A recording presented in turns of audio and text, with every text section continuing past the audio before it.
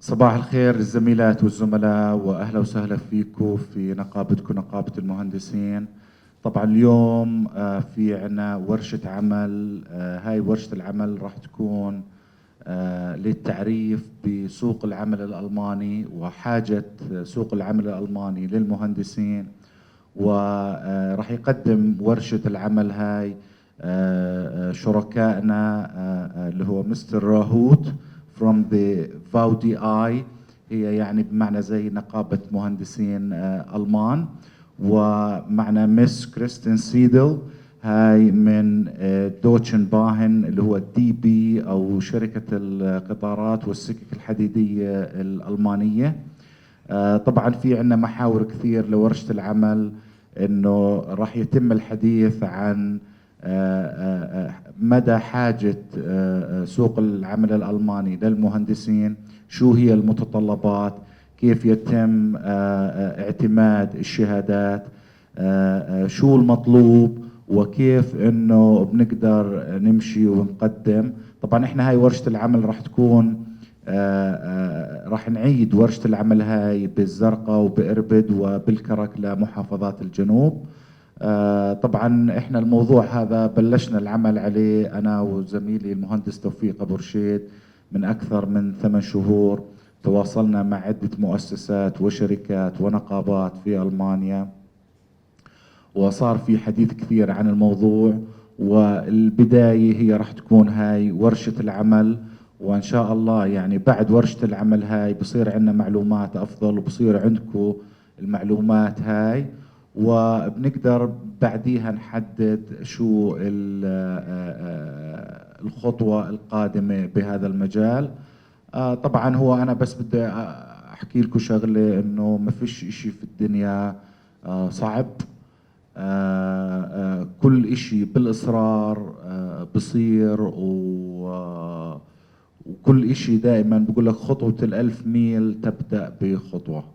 فاحنا يعني كنقابة مهندسين اشتغلنا على الموضوع هذا كثير، بلشنا بالموضوع هذا كثير، بس بنفس الوقت بدنا انه زملائنا المهندسين يعرفوا عن الموضوع هذا من رأس النبع، من الناس اللي هم موجودين في ألمانيا بيعرفوا سوق العمل، واللي هم بيعرفوا شو سوق العمل هذا اللي بده اياه. بشكركم جميعا على حضوركم، والميكروفون مع المهندس توفيق ابو رشيد اللي هو خريج المانيا، وهو يعني بصراحه من زملاء المتطوعين وقضوا جهد ووقت كبير بهذا الموضوع. صباح الخير لكم جميعا. في الحقيقة يعني من خلال الجهد اللي عملناه دكتور بشار وأنا بهذا الموضوع، وراح تسمعوا طبعا المحاضرات راح تكون أو الحديث بالإنجليزي، بس احنا بنحكي كلمتين. قلت أنا إنه من خلال الجهود اللي حطيناها اكتشفنا إنه سوق العمل بألمانيا وبكل أوروبا الحقيقة، بس بألمانيا بشكل أساسي بده مهنيين، بده مهنيين على مستوى واسع يعني. هذا وحتى لديهم قانون في البرلمان بيحضروا فيه مشان يستجلبوا العمالة الماهرة من كل العالم بألمانيا وبغير ألمانيا. الآن احنا تواصلنا مع كثير من المؤسسات الألمانية زي ما تفضل الدكتور. واضح انه اللغة الألمانية تقريبا أساس بالموضوع. كثير المؤسسات بدها المهندسين يتعاملوا مع الكاستمرز، يتعاملوا مع زملائهم بدها ألماني، وإحنا كمان عم نحضر لكورسات ألماني يمكن نعرضها طبعا، أو نعرضها على المهندسين. ممكن المهندسين ياخذوا ألماني هون وياخذوا مع ألماني في مكان آخر، قد يكون عليها كلفة. المهم إنه إحنا بدنا كمان نتحضر حتى جزء كبير من مهندسينا يطلعوا لأوروبا، ياخذوا أولاً خبرة بألمانيا، خبرة جيدة، وبنفس الوقت كمان يشوف فرصة عمل ممتازة ممكن تكون بألمانيا بهذا الموضوع. فهمنا من المؤسسات الألمانية إنه الشغلة يجب أن تكون مسقوفة أيضا بين دولة ودولة، يعني بين حكومة وحكومة. ولذلك تواصلنا مع وزارة العمل مع الحكومة الأردنية، والحكومة الأردنية على وشك يعني إنها تعمل اتفاقية زي ما تقول مذكرة تفاهم بين الحكومة الأردنية والحكومة الألمانية. احنا عم ننتظر بأنه معالي وزير العمل يزور ألمانيا، يقابل وزير العمل الألماني، يتمكنوا من وضع اجريمنت او مذكره تفاهم لهذا الموضوع.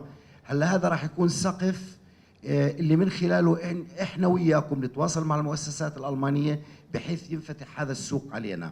طبعا موضوع التشغيل موضوع مهم جدا لنقابه المهندسين، ومجلس النقابه عم بيشتغل كثير على هذا الموضوع، ومنها السوق سوق المانيا وربما اوروبا لاحقا. ف زي ما حكى الدكتور المسألة دائما مش سهلة، لكن ربما نحتاج أيضا إلى جزء من شوية تأهيل حتى يناسب إحنا السوق العمل الألماني. كمان بدنا مزيد من التأهيل لنفهم بيئة العمل، الكودات اللي بيشتغلوا فيها، والمحلات المطلوب فيها. يعني حسب معرفتنا مطلوب كل أنواع المهندسين، مطلوب مهندسين مدنيين، وهذا الحقيقة فاجأني، يعني مطلوب مهندسين مدنيين بشكل كبير، ومطلوب مهندسين كهرباء بشكل كبير، اي تي، ومهندسين ميكانيك كمان مطلوب بشكل كمان كبير.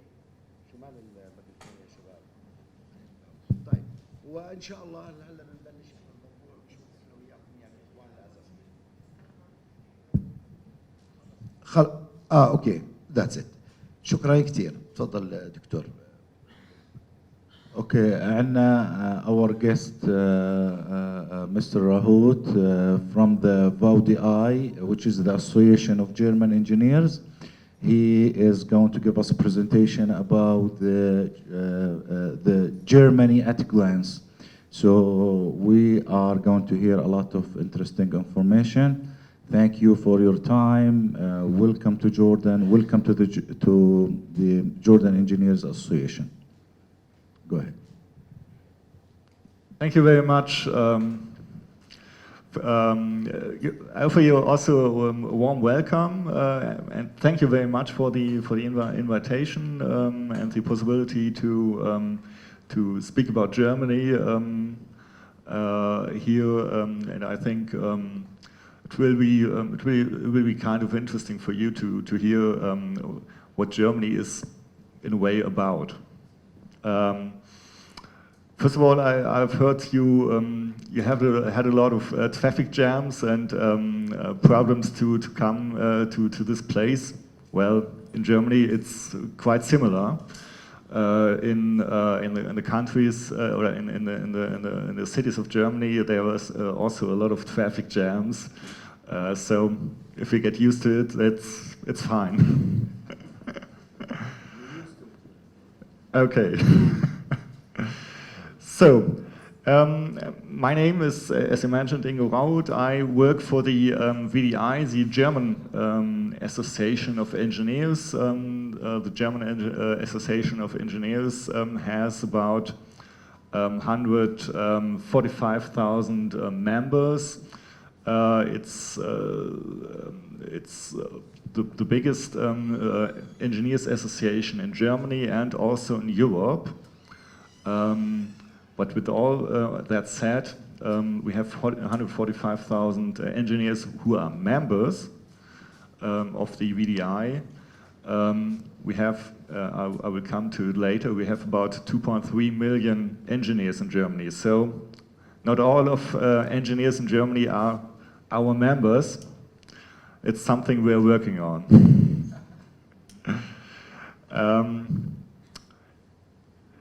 I myself am the labor market expert at the VDI. We are regularly monitoring the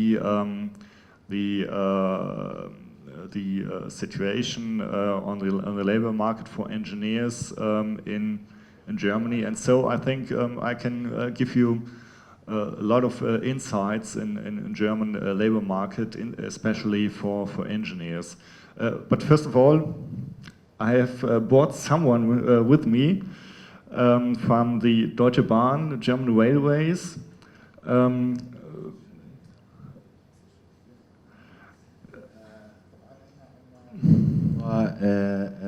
كريستين سيدل هي مسؤولة الموارد البشرية في الدوتشن باهن، اللي هو بسموه دي بي، اللي هو شركة القطارات والسكة الحديدية. طبعا هاي الدي بي عندهم 390 ألف موظف، منهم 190 ألف في ألمانيا، عندهم تقريبا فوق 60 ألف مهندس وهم بحاجة إلى مهندسين. ف welcome and thank you for coming. Thank you for the introduction. My Arabic is not so good, but I guess you introduced me. So, my name is Kristen Sidel, and as my colleague said, I am working at Deutsche Bahn at the German Railway. I'm there the head of the cross-border recruiting team, which means that me and my team, we are looking for engineers from abroad. We are looking for train drivers abroad and a lot of other professions, but engineers is our main need that we need at Deutsche Bahn. And so just so you have an imagination why we do have such a big recruiting need, only this year we are recruiting in 2019 25,000 new employees for our company, and it will be the same number next year again. So we really have a big need to get more talents into Germany, into our teams, and this is why I'm supporting Mr. Rauhut here, and I will jump in with some examples, with some like real-life examples from our company, how engineers are finding their way into Germany and into the industry there.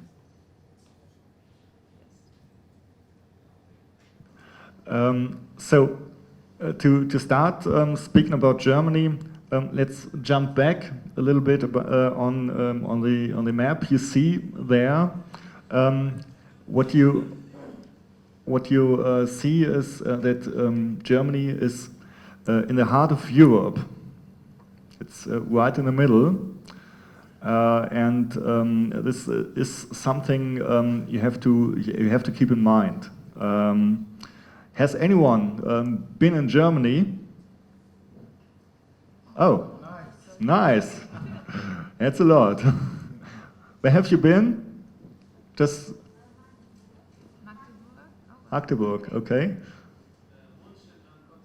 München and Konstanz. Oh, very good. Somebody else? Köln?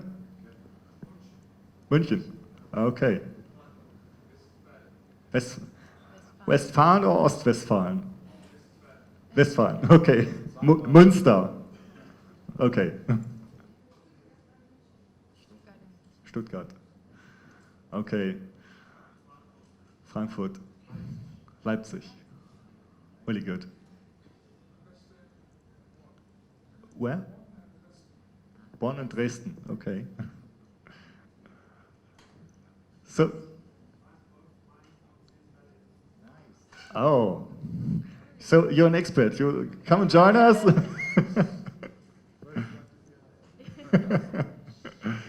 So you see, there are a lot of different cities, and as you see, it's not all the big cities which are important to Germany. What you have also to keep in mind, being in the heart of Europe means also we have a lot of frontiers, we have a lot of neighbors. In this chart, you see on this slide, you see what neighbors we are. Yeah, yeah, and we can go through it. It's all over. It's Poland, Czech Republic. It's Austria, where German is also spoken. Switzerland, France, Luxembourg, and the Benelux countries, especially in Netherlands. So we have and Denmark, yeah.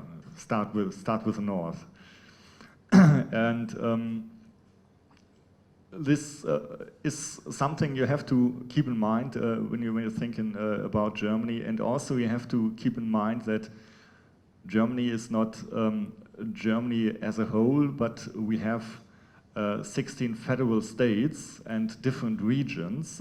You mentioned it with the cities you were in. Magdeburg, Mecklenburg-Vorpommern, Dresden, Saxony, but also Bavaria and Baden-Württemberg and North Rhine-Westphalia. These are quite good examples, and you have to keep in mind that not all the big companies or all the companies are situated in big cities. So a lot of companies are situated in regions where you probably never heard of. So let's go to the German industry. German industry generates high earnings, and earnings is regularly measured in turnovers, and you see here the turnovers by sector of industry. The biggest sector, industry sector, is the automotive industry, for sure.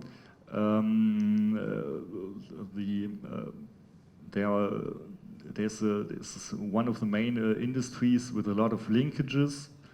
For example, the second one is mechanical engineering, with highest turnovers, but the mechanical engineering industry delivers the machines where, for example, the automotive industry produces their cars, their products. So there are a lot of linkages in the German industry. And this you have to keep in mind also. Also, we are very strong in chemical industry, pharmaceuticals. There were a lot of big companies you might have heard of. Bayer, for example. My wife is working there. And but also Bilfinger, no, Bilfinger is construction. Böhringer Ingelheim, for example, it's at Mainz. It's near Frankfurt, and these are some examples. Do you know any other German companies? What? In general.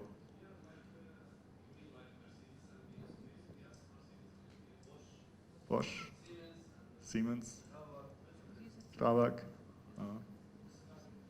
I mentioned Bilfinger. It's also a construction company. Schuko. Okay. Anybody else? Good man. I don't know. But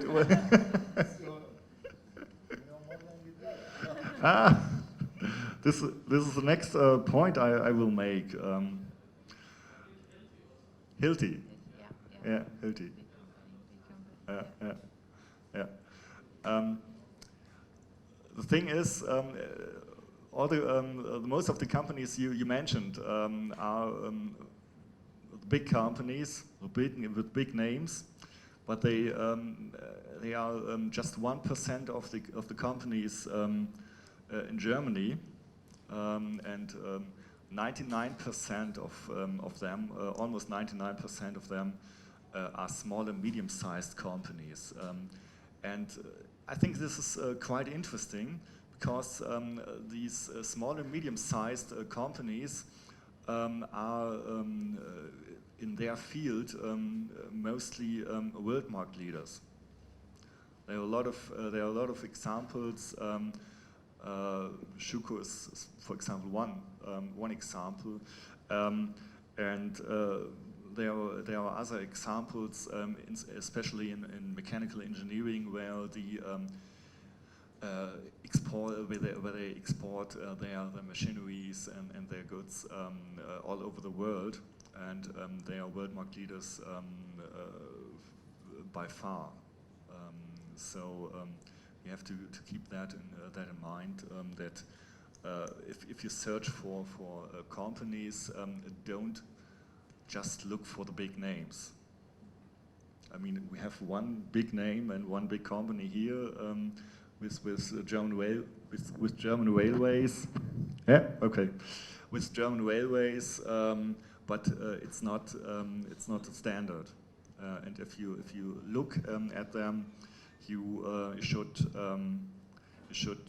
consider also the tasks you can work on at small and medium-sized companies. Okay. So now you're hearing me.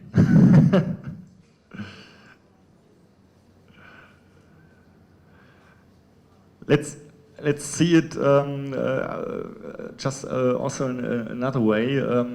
I've brought with you also the map once again, but with the economic specialization in regions, and I think this is quite interesting too.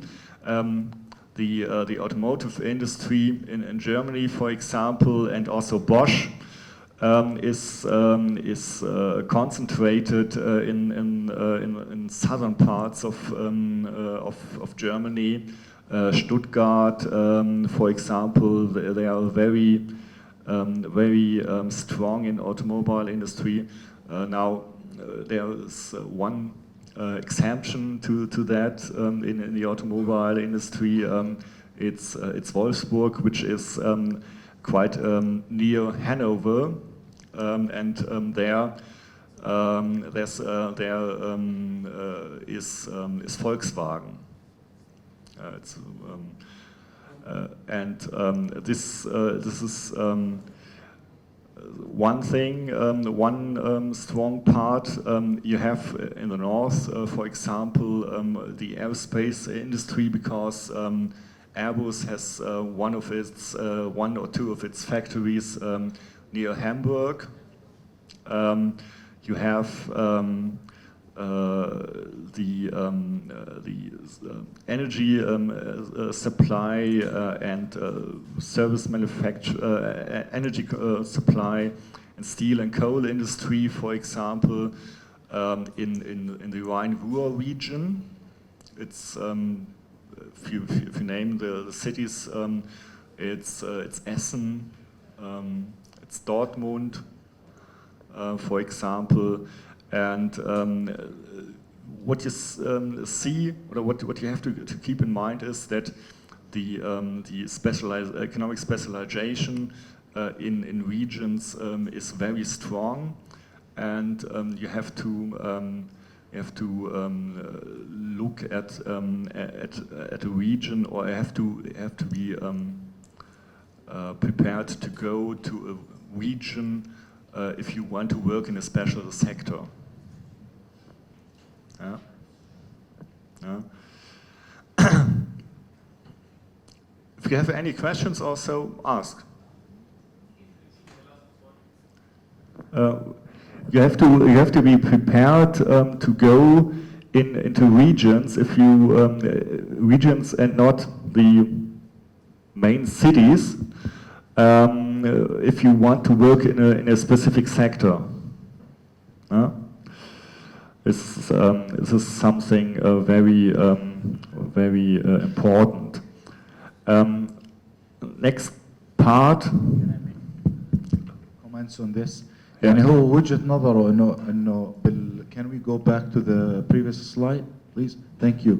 يعني مثلا منطقة شتوتغارت كل اللي بيشتغل معظم الأوتوموبيل اندستري موجودة في المنطقة هاي، فبالتالي إذا أنت انترستد باندستري معينة بدك تدور في منطقة معينة، يعني هاي الفكرة منها. Okay.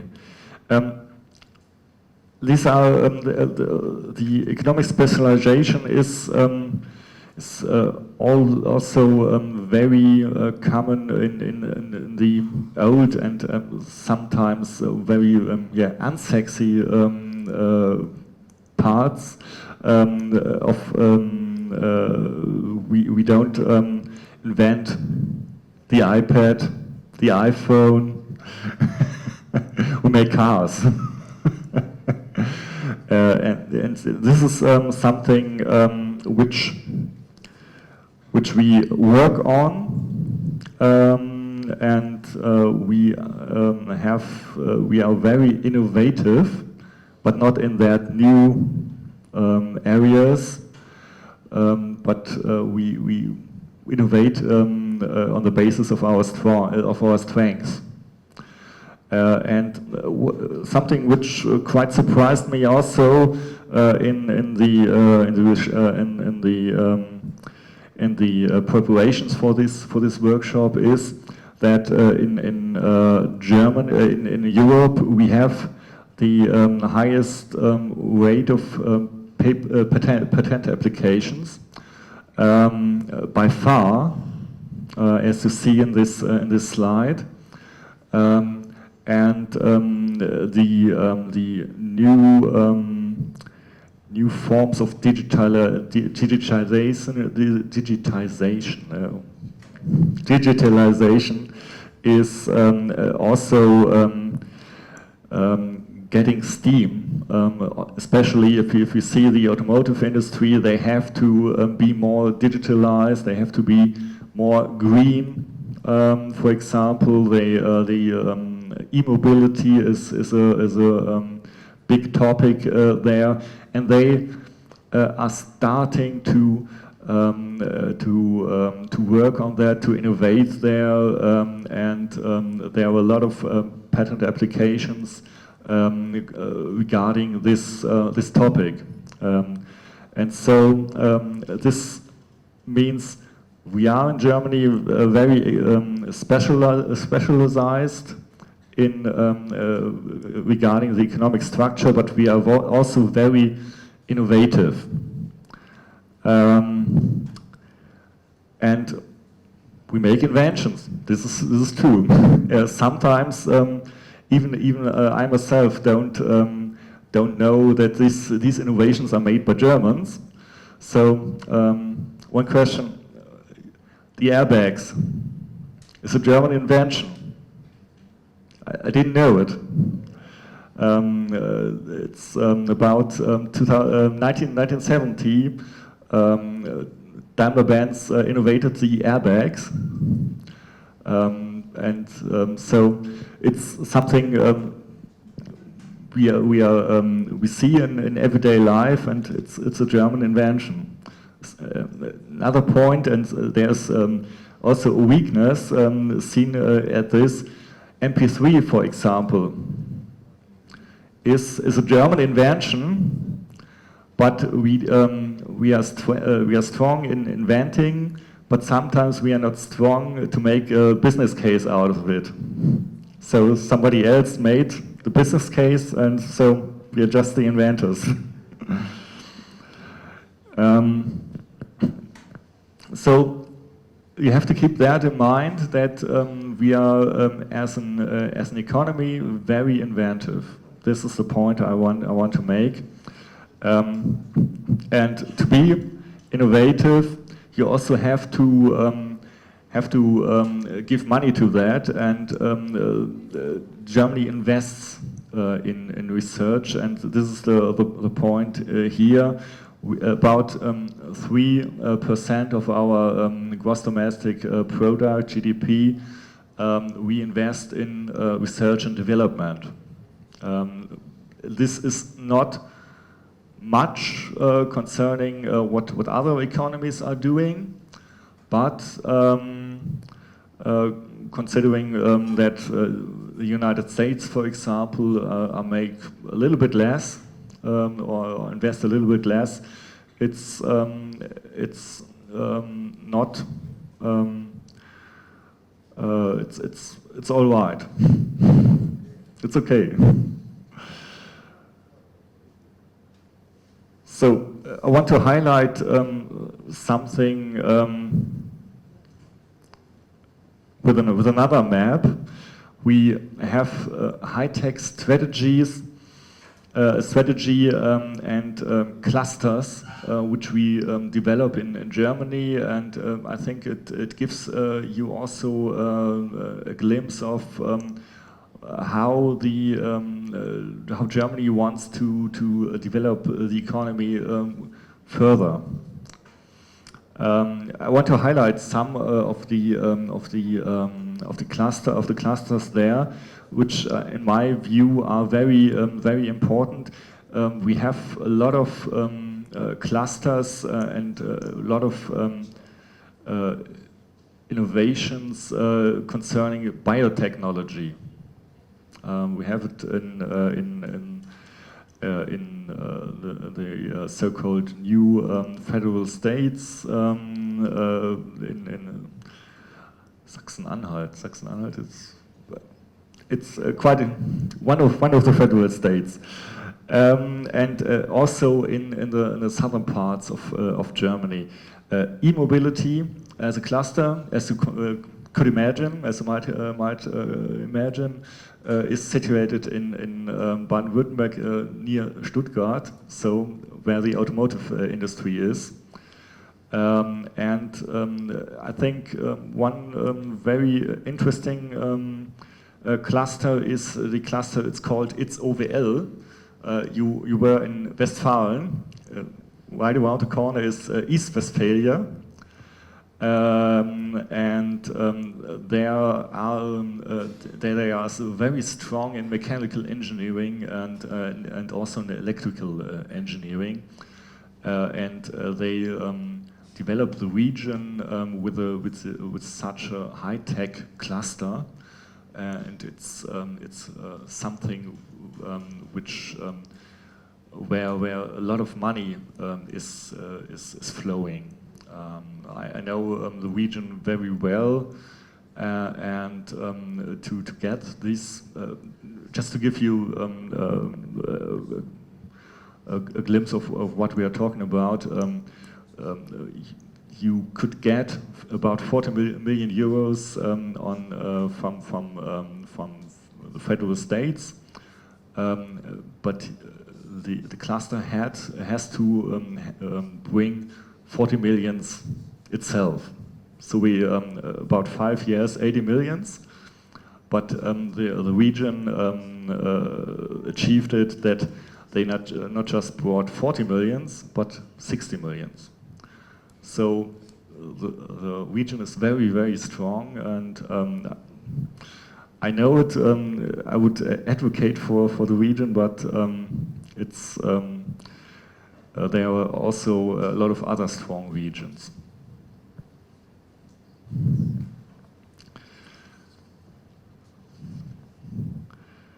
So now the important question.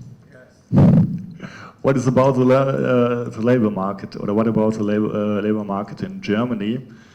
I think this is the main interest. You are here, and let me start by showing you one of the main reasons we are searching for employees.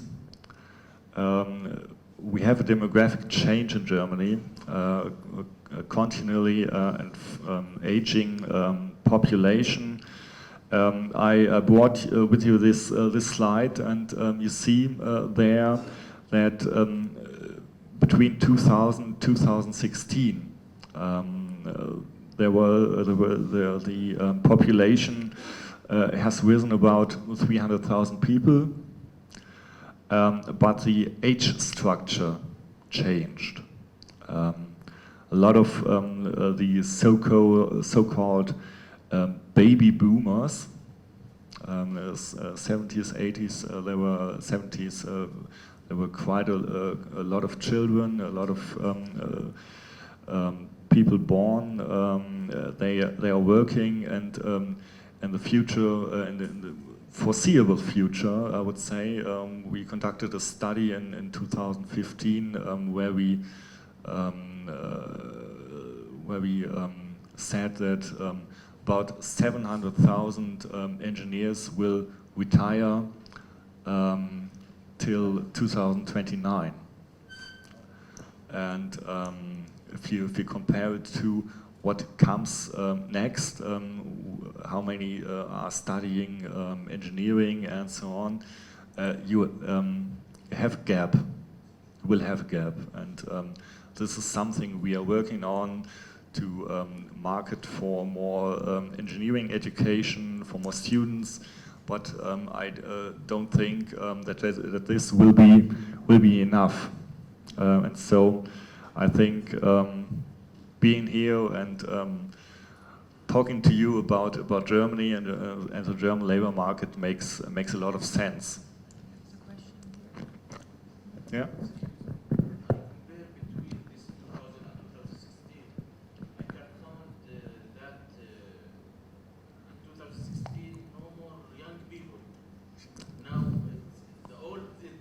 Yeah. Yes. It's a long story. Let me comment on something and make sure that we get this information. What you said is that by 2029, in 10 years, you are expecting 700,000 engineers to retire, right? Till then. Yes, till then, in 10 years. Okay. Yeah. That's the main point. That's the main point, yes. And you're right. So, it's a fact. And you have to keep this in mind, and you also see that the average age here is rising. 2000 it was 41.1 years, the average age, and 2016 it's 44.3. So we are in the midst of the demographic change, and this is a main topic in Germany. What does it mean for the labor market? I think you might have expected it. The number of working age people is shrinking, and we need qualified staff because Germans are very innovative. German companies are very innovative. They have the world markets which they deliver their products to, and they have they need staff to make this all happen. Yeah. And if you see the qualified staff, it's the forecast of number of working age people aged 20 to 65, or the people who are in the middle of their working life is shrinking, forecasted till 2060. And so we feel this also if you see our unemployment rate. We have brought it with you. You don't see the numbers. I think. Total is 4.1. Yes, total is 4.1, and also in the different age structures, there are very low numbers. In the youth, we have only 7.1 rate of unemployment, which is compared to other countries, for example, in Europe, perhaps also here, very low. It's also some point of success because our system of vocational training is very good, And the vocational training means that you are not just having your vocational training, but you also are working in companies, and you are very experienced if you have a vocational training finished. And it goes on also to the other age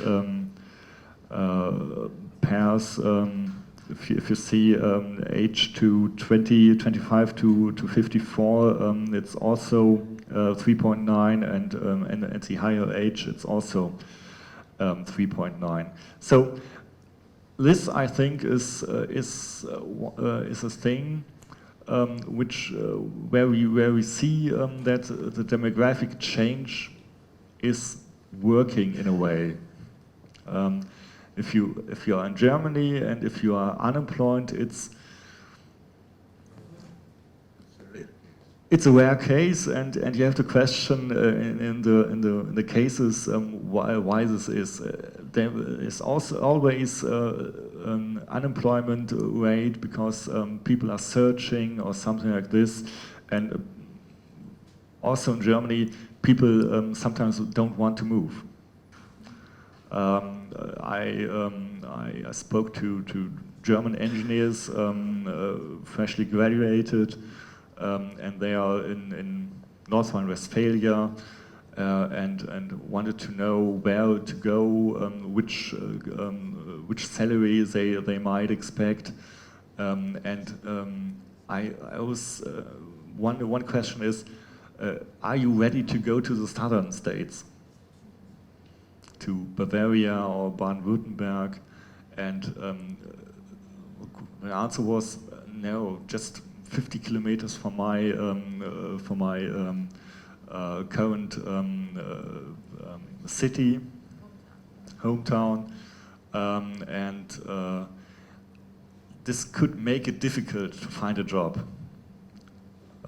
So this is, I think, important for you also. Not just don't look to be in one region, find a job, and also be ready to move. But I think if you're coming from Jordan, I think it won't be a problem.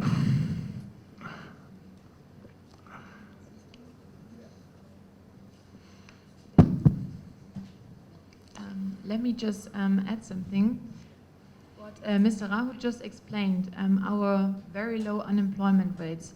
This is one of the main reasons why now in Germany's companies are competing over the good candidates. We actually call it a war for talents in Germany already, because we are not longer in the situation that we can just take from a pool of talents that are all interested to work for the companies, but we have to make advertising for us. We have to convince the good talents to work for us as a company. And this is, one example why this is a result of companies going abroad, companies advertising themselves, because candidates in Germany are quite saturated, and not the willingness to move far away from your hometown is like one example for that, maybe. Yeah. Mm. Yes. And what I said, you can also see in another map. I just saw that I have bought a lot of maps today. Here is labor shortages on a not just about engineers, but on a whole. And what you see there is the unemployment per advertised vacancy in 2017, but I think the numbers are quite the same today. What I stress here also is that though we are very specialized economically, and there are a lot of opportunities for you to work everywhere in Germany. The southern part of Germany, there are the shortages are very high. And one example which makes it a little bit or which shows what we said is if you take a look at the map, Berlin, the capital of Germany. If you live there, you might have trouble finding a job because I mean you live in Berlin because the problem is a lot of Germans and internationally also want to go to Berlin because it's a capital, it's a big city, very high standard of living, and so on and so on. And the industrial structure in Berlin itself is not there. There are not very much, not a lot of companies which are situated in Berlin. It's quite a developing IT, for example, is developing there. But the industry structure means that it's too attractive and there are not many jobs. And the shortages there are not so high as in other regions in Germany. As one example, I think you have to keep that in mind also if you look at where to go and where to apply for a job. But if you have a job application in Berlin, it doesn't mean you shouldn't do it. It's just something to keep in mind. So, one result for me is the German job market is diverse and has several opportunities, a lot of opportunities for skilled people from all over the world. And I think this is a main consequence and a main reason we are here, for example. So I think I'm good in time. Let's take a look, especially to the opportunities for foreign engineers. What is the labor market for engineers? We have roughly 2.3 million engineers working in Germany, as I mentioned earlier. It's quite different to what the number is quite different to the number of engineers in Jordan, but it's also a bigger country. So we have types of employment for engineers in Germany which are quite interesting. We have types of employment where your work is subject to social insurance, which is quite important, and also are in a classic engineering profession. So if you work classically in an engineering profession, then we have roughly about 1 million engineers working in Germany. But if you are educated as an engineer in Germany, you have a lot of opportunities in I would say not typically engineering professions. For example, if you in some especially technically oriented companies, the CEOs are engineers, and they do not count as classically engineering work, and so this makes the distinction here. And also if you if you're a professor at the university, you don't count as working in a classical engineering profession. It's something statistically, but you have to just keep it in mind. What is important is we have 2.3 million engineers working in Germany as a whole, and we have also need for engineers. What we regularly monitor from the VDI is the shortages in engineering professions. I brought with you here the actual shortages overall. For every unemployed engineer, we have four open vacancies in general, and considering the engineering professions, there are a lot more. There's a lot more need. If you, for example, look at the civic engineering, I don't know how much is any civic engineer here, or 1, 2, 3, 4. Okay, something. Okay, we have about 6 open vacancies for civic engineers, and remember what I said. In the southern federal states of Germany, the shortages are much higher. If you go to Bavaria or Baden-Württemberg, the shortages will rise to about 8.5. So especially in civic engineering, we have also a need for informational scientists. I don't know if in Jordan the informational science belongs to the engineering professions. It's different. Okay.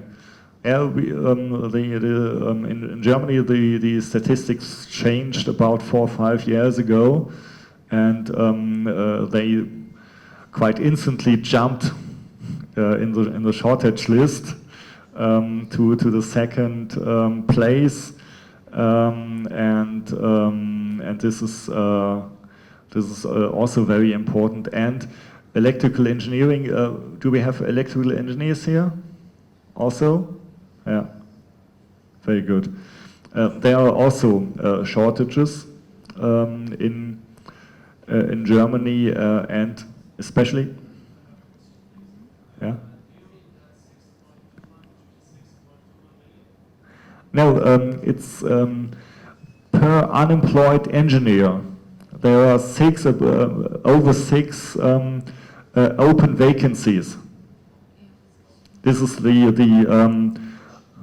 measure, the ratio. Mm.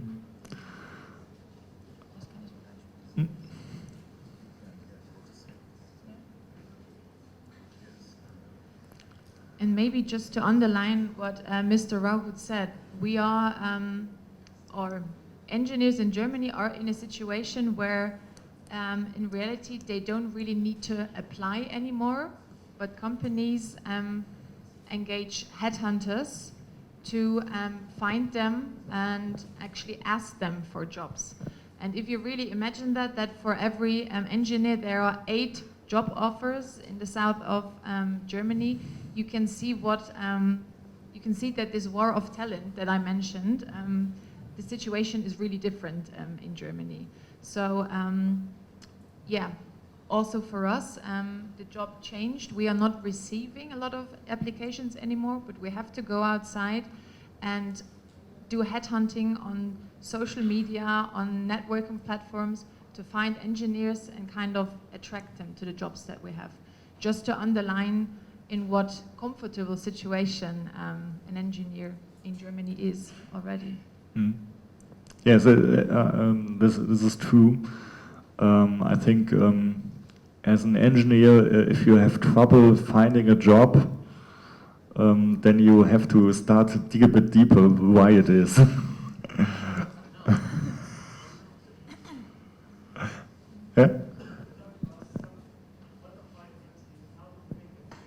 Yeah.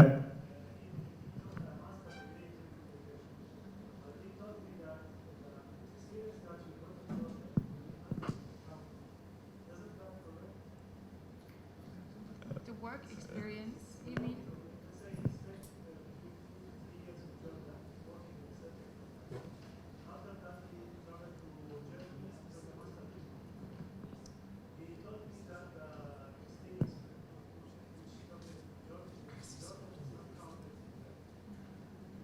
The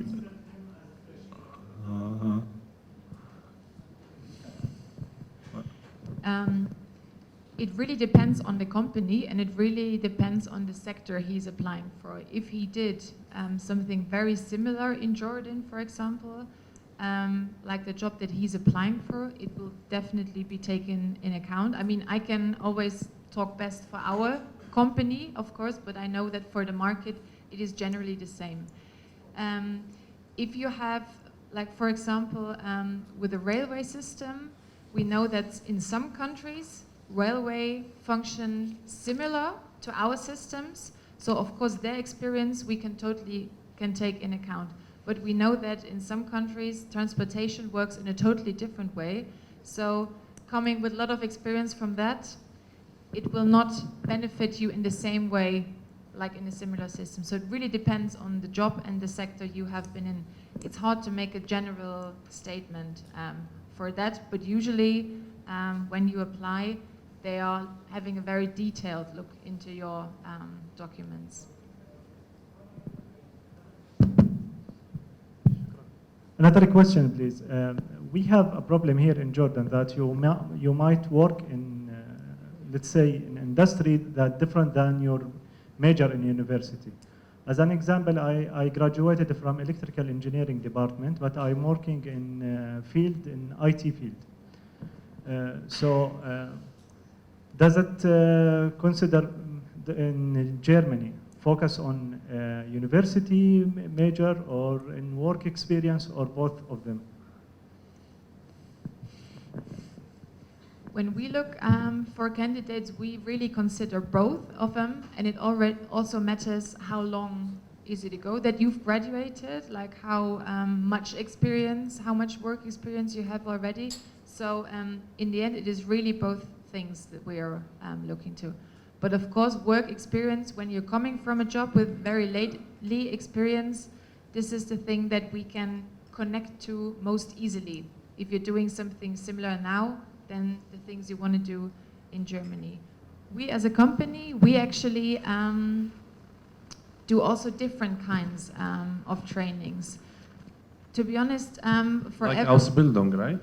Ausbildung. Ausbildung is like but this is like a whole education for railway. Ausbildung. This means like an own training of several years. This is usually 2 to 3 years. Umschulung is more for a educated and graduated engineer, like some add-on education to make you ready for the market. We offer that but I have to say for candidates that we're really interested in. Like for candidates that we think we are willing to invest, and you will start with a pre-contract, undergo this training, and then start in the profession that we really need.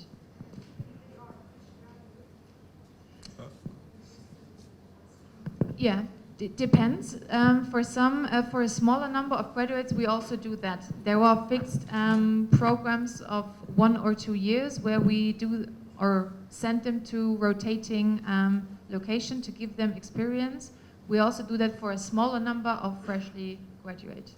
Yeah. Okay. Yeah. Also, I have another question. Sorry for that. No regarding the the job market there, I hear that the most problem in Germany that most of the companies are requiring the at least B1 level in German language. So, is it necessary for anybody, for example, if you want to work there, to be in a high level of German language, especially for the medium or small size companies? Because they told me maybe sometimes even the manager there can't speak English or any other language. It's nur Deutsch. We'll come to that later, to that point. In our view, to make it a little bit short, in our view, it is quite mandatory to speak German at a higher level, at a level which allows you to take part also in teamwork. For example, this is very important to speak German, even if the language in the company is English, or might be English.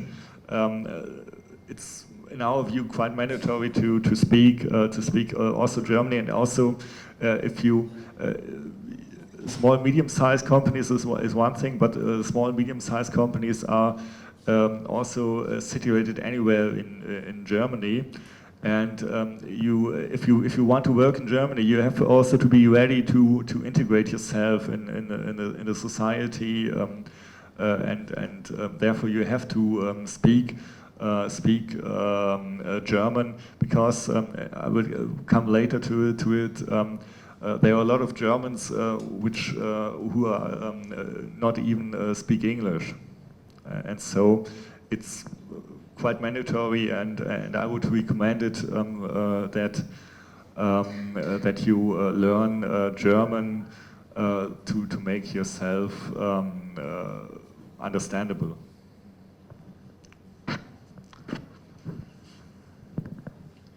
And as you mentioned, we will come back to that in a more detailed way. But the challenge even from the city council representatives who you have to get in contact with, and this is the point where it's getting super necessary to have a certain level of German. We talked yesterday about this topic already. There are also several ways where we support interested candidates in that challenge, because we know it's not an easy language. It takes time. It's a lot of effort. We are aware of that. So we talked about possibilities already, and I think we'll come back to that in a more detailed way. We'll come back. We'll come back to it a little bit later. So let me continue. What you see here also is that we have a lot of need for engineers in respective engineering professions, and there are the civil engineers. Civil engineering is very required. The informational scientists, as you can see there, but also the electrical engineering is very required, and also the mechanical engineers. So if you graduated in one of these fields, there's a big chance for you to get a job in Germany. This is, I think, one required qualification. Should we add another qualifications now? No? No. Okay. So this is something which shows you. Do you hear me? Okay. Which shows you that there are a lot of opportunities for foreign engineers also, but this is just one. This is just a measurement for one point of time.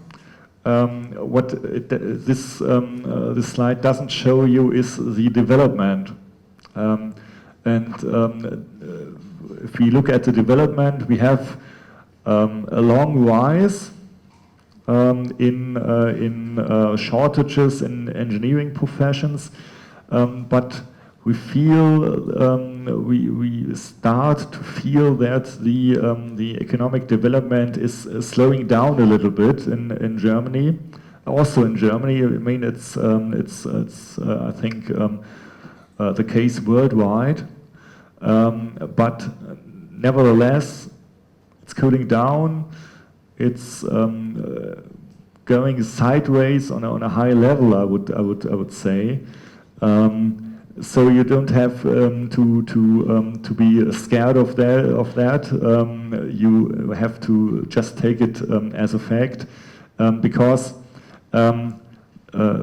what I think is very important. The outlook for engineers is very bright in Germany, and this is one.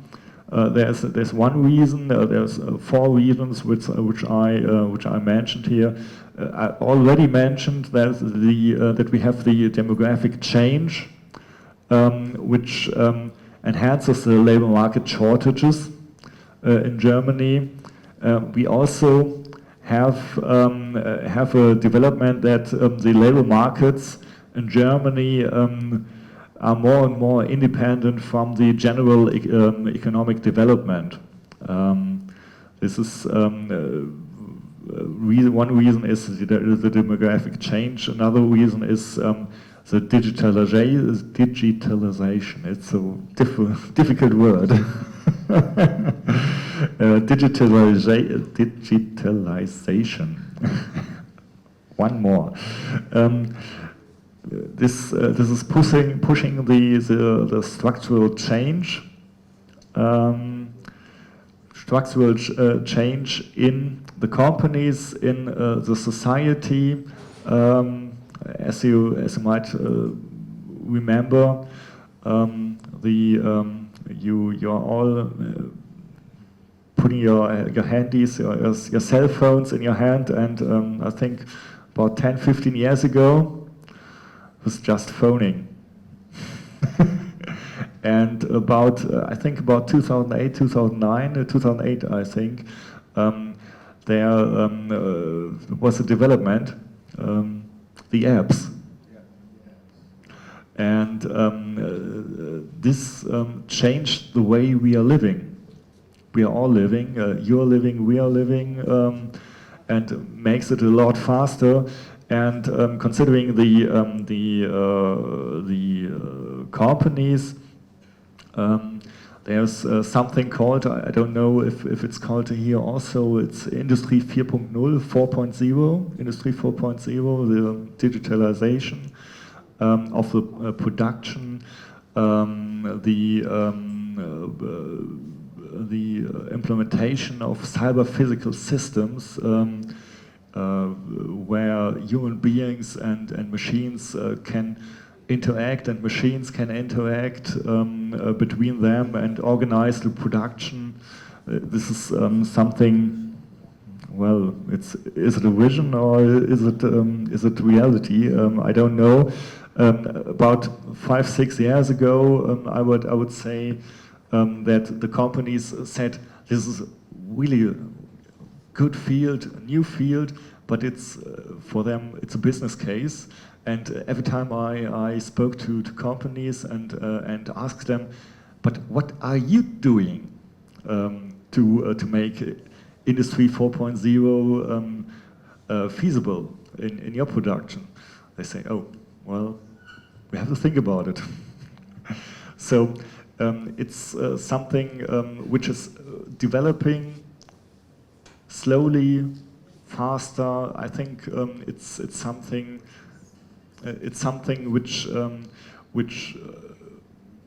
changes the structure of production, the possibilities of production, and all the companies are working on that topic, and it pushes also the labor market, because especially informational scientists, electrical engineers, somebody who can make these new techniques work is very sought after. So this is something which pushes the labor market in Germany, and I think worldwide.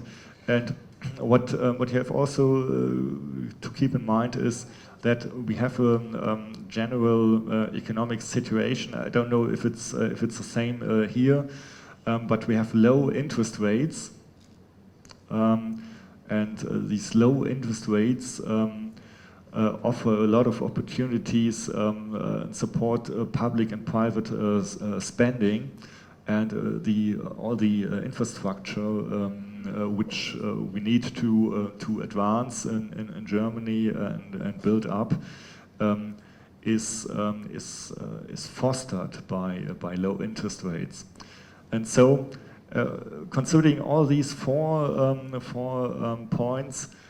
In my view, the outlook for engineers is bright, and I think the shortages will last. And this is something I think we have to keep in mind. And this is probably a good summary of the first part before we start into a break. So the good news is, as you said, the outlook for engineers or engineer positions in Germany is bright. We will have a break of 30 minutes now, and after that we will get more into detail.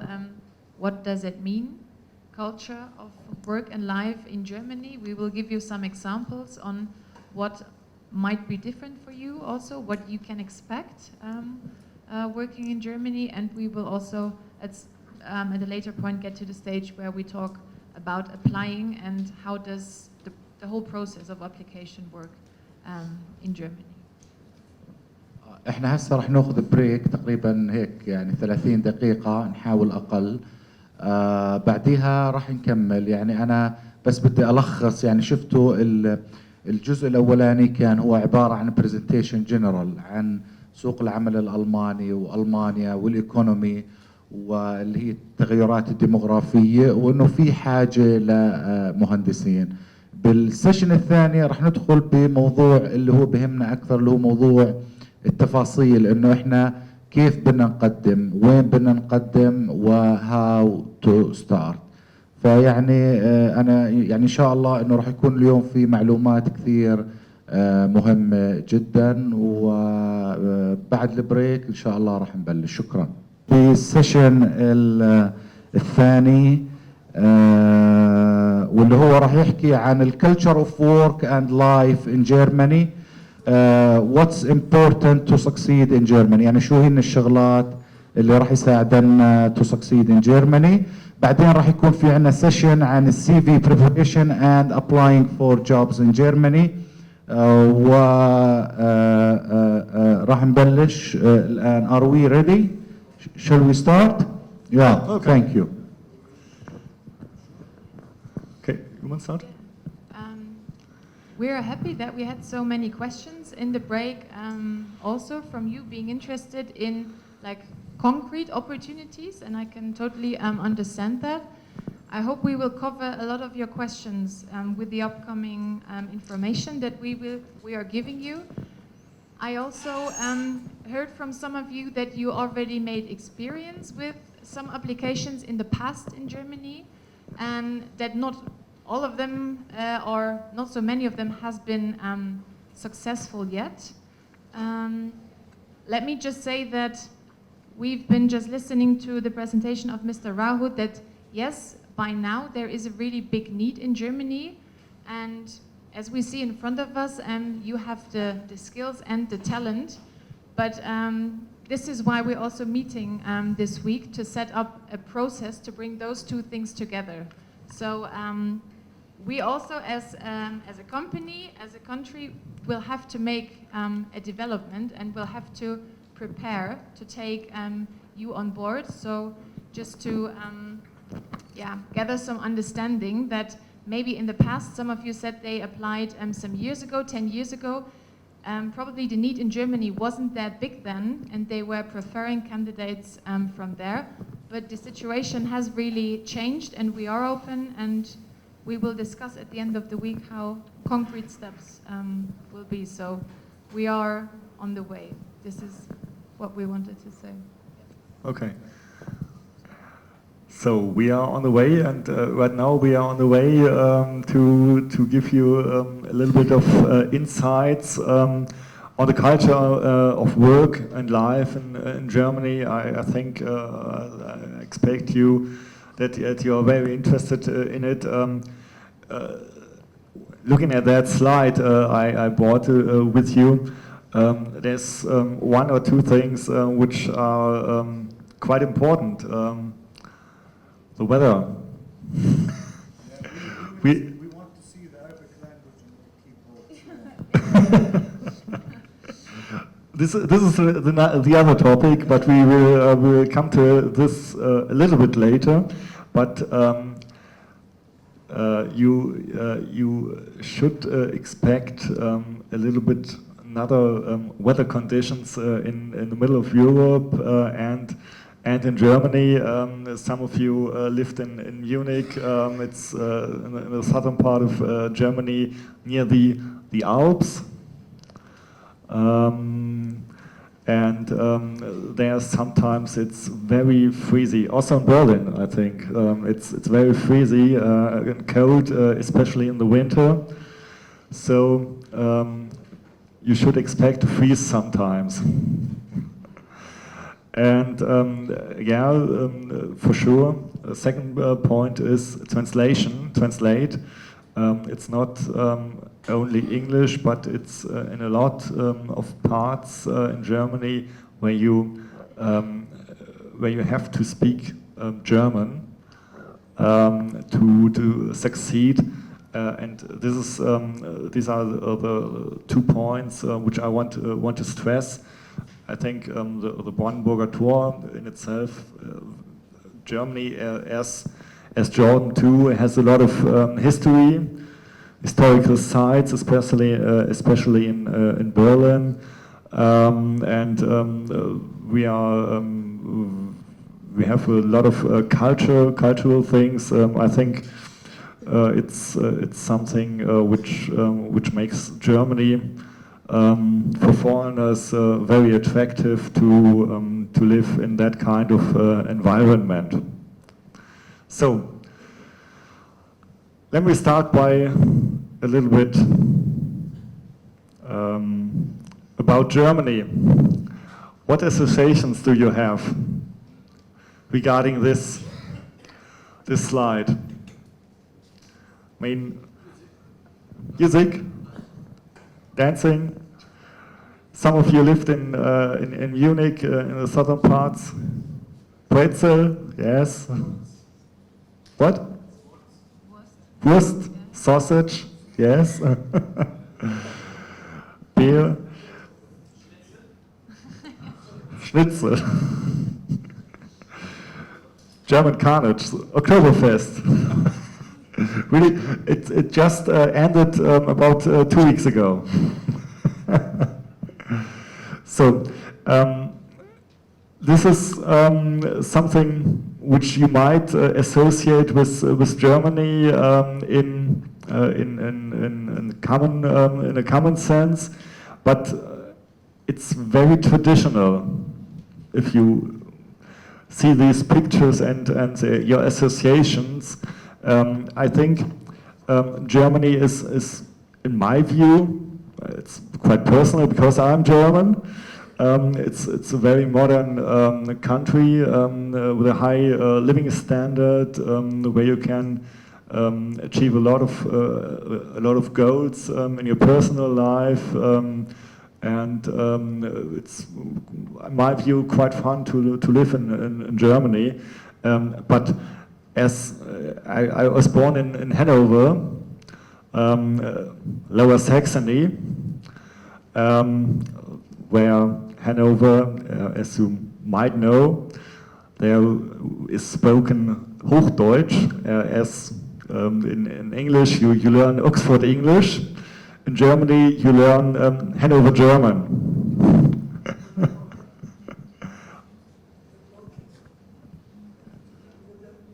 Guten Morgen, yes. Hello. And for me personally, I think I don't know what's your impression about it.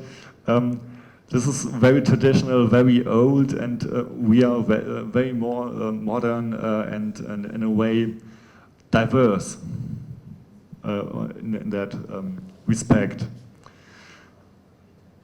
Now, going on to the cultural dimensions in Germany, there were some studies conducted on that topic, which show that we have a society where we are very strong competitively. It's depicted in masculinity versus feminism. It's something one could discuss, because I think masculinity in Europe in a way means something else as masculinity, for example, in the Arab world. So we have gender equality, for example, very high on our list. So you don't have to be on the word masculinity too much. But we are also have in our culture strong factors. We are very security oriented.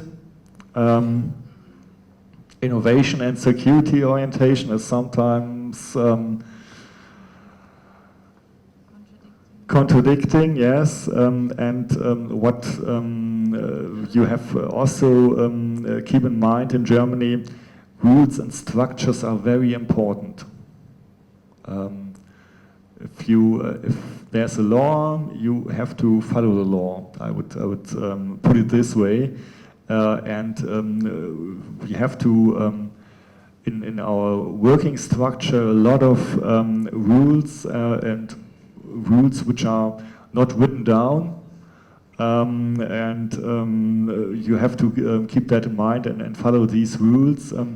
And therefore you should know them, it's all clear, but there are some rules and you have to always be curious about these rules. And sometimes these are rules, they are not, how should I put it, they are not logical. They are just historically developed, as I might expect also in your country and in Jordan. There are some rules which are, if you from the outside looking in, are not very logical, but it's historically developed, and this is also in Germany existing, and you have to keep that always in mind. And I suggest that you, if you work in Germany, you should also always be curious about these rules and learn about these rules and structures which are very important. One other important thing, we talked about it at different stages in this morning, foreign languages in Germany. In our view, it's quite mandatory to speak German if you want to work in Germany. It's a factor I think we cannot stress enough. You have to keep that in mind. What I depicted here in this slide. There are a lot of people speaking English, about 63%. A lot of people speak French. Some of them speak Dutch. Italian and Russian also, Spanish, Danish, but the rate is always slowing down. But the other factor, the rate of Germans who do not speak any foreign language is about 30%.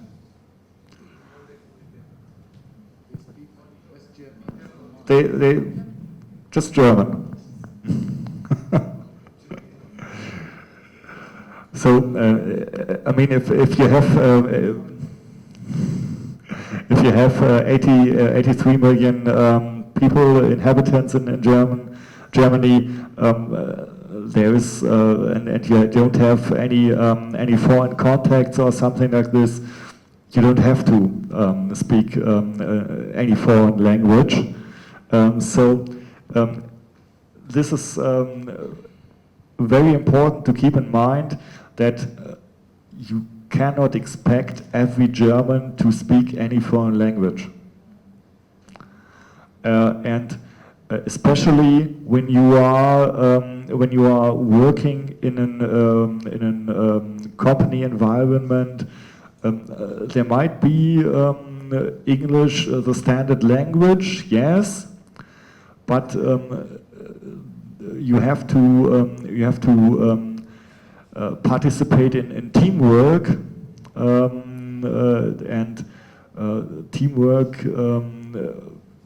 If you participate in teamwork, you have to keep in mind that you're working with sometimes a lot of times Germans, and a lot of the communication, by the way, is conducted in German, and it is, in my view, quite mandatory to speak German in a way that you are not in a position, even if you don't want to be an outsider in a team.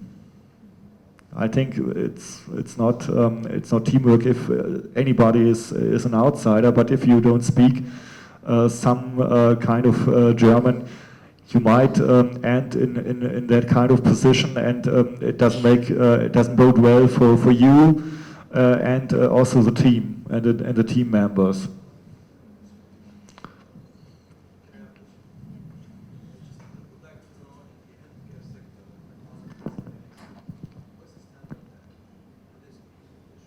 German.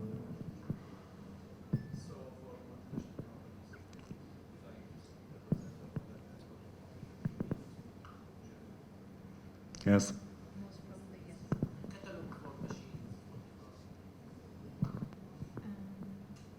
Catalog for machines. Yeah. It's sometimes in German. It depends on the company who is the supplier for that. I mean, especially machinery, they are very export oriented, even if they are small and medium sized. And if you're export oriented, then you want to sell your products in abroad, and so this kind of lists could also be in English. This is not a problem, but what I mean is when you are working with Germans, even if they can speak English, at some point you should be able to understand German too, to make the teamwork successful. So for every work outside of Germany, if you're working for a German company, English will be also the language that you're representing your company in. That was your question, I think. But to get engaged with the team in Germany, to be a part of your team, you're not getting around a minimum of German. That is, I mean, we can only reflecting the case how it is in Germany, and that is what you will find in Germany.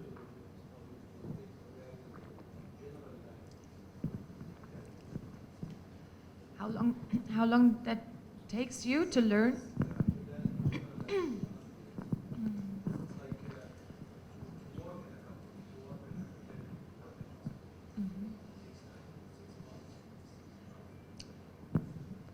I think it depends on you, on yourself. If you're talented learning foreign languages, then it could take you six months to a year. But it depends. It depends on yourself. And also, again, the critical point will be the job interview, that in 99% of the cases you will have to convince in German. So yes, the general language will absolutely help you, of course, in your environment and to get in contact with the colleagues. But the critical point is, are you good enough to sell yourself in German at that point that your boss has to say, I can imagine you being part of my team. Me coming from Berlin in a very international environment there, we cannot say that it's not possible at all to find a job where no German is required. We have small startups in Berlin that are founded from people abroad that are only taking English people on board, but that is like 1%, representing 1% of the cases in Germany. So of course, we don't want to say that you cannot find those small companies. You can. Probably most of them will be located in Berlin, actually. But for the majority and for your expertise also, for an engineer, German is required. And you were also asking in the break what level of German is required and like how good you have to speak, how far. And B1, like the level of B1 is the starting point, or is like the minimum where we say, okay, this is a point where we can connect. If we have candidates, we as DB, me speaking for DB now, if we have candidates with B1 and we are interested in the experience or the education that you have, then we are even willing to offer you parallel language courses to the job while you're there to develop your language even more. But B1 is the thing that you have to bring as a minimum. For us at DB, it is also really relevant because in a lot of cases you work in security relevant environments on the working sites itself. Railway itself needs to be a very safe environment, and with those people there, with the workers, you have to be able to communicate in German, basic German. This is why it's so important, and this is why you have to take exams in that.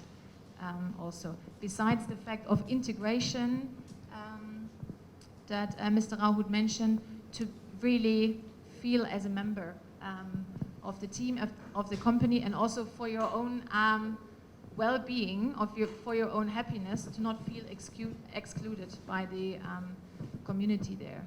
And I think also the further you get out of the big cities, the more you need German in your everyday life. Also, Munich, Berlin, Frankfurt, all those cities, in your everyday life, you will be able to get around with English in like the bakeries and in the shops and so on, but the further you get outside of the big cities, you will also need it for your everyday life to just get in contact with the people. And yeah, I mean, because you were kind of surprised that such a big percentage of Germans are not speaking any other language.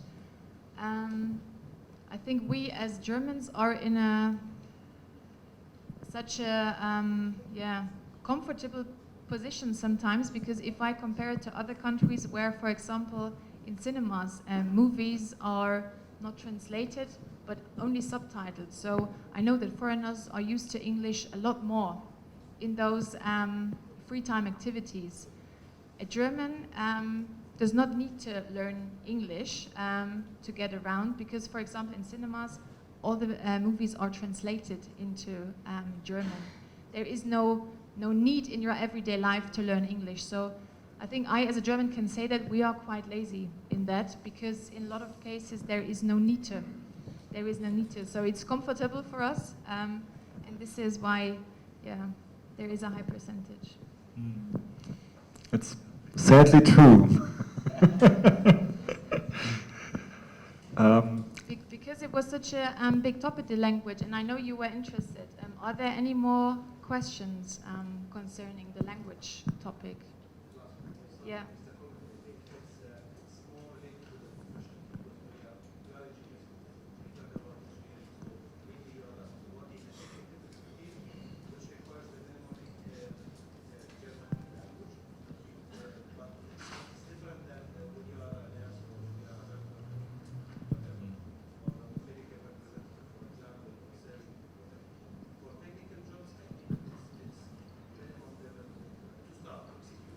To start, as I said, yeah.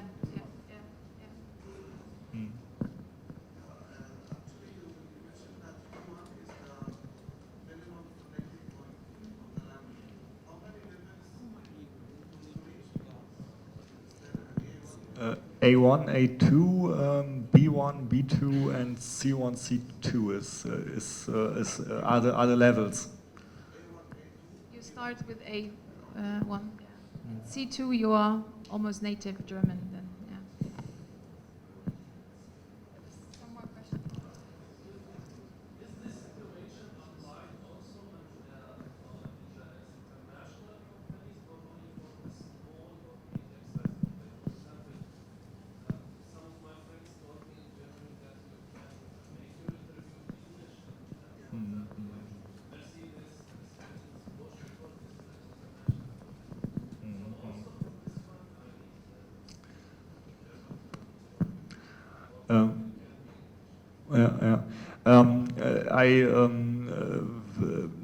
The application process concerning especially big companies can be in English. I know it very well because I mentioned it. My wife is working for Bayer, and the whole application process at Bayer is in German. Is in English. Sorry, is in English. Is in English. And this means not just the job interview. The process there is that that you have a job interview. You have a job interview with your future colleagues, and that you have to make a presentation in English. Also, this means the whole application process there is in English. But even if it is in English, and I think this is the thing we want to stress to you too.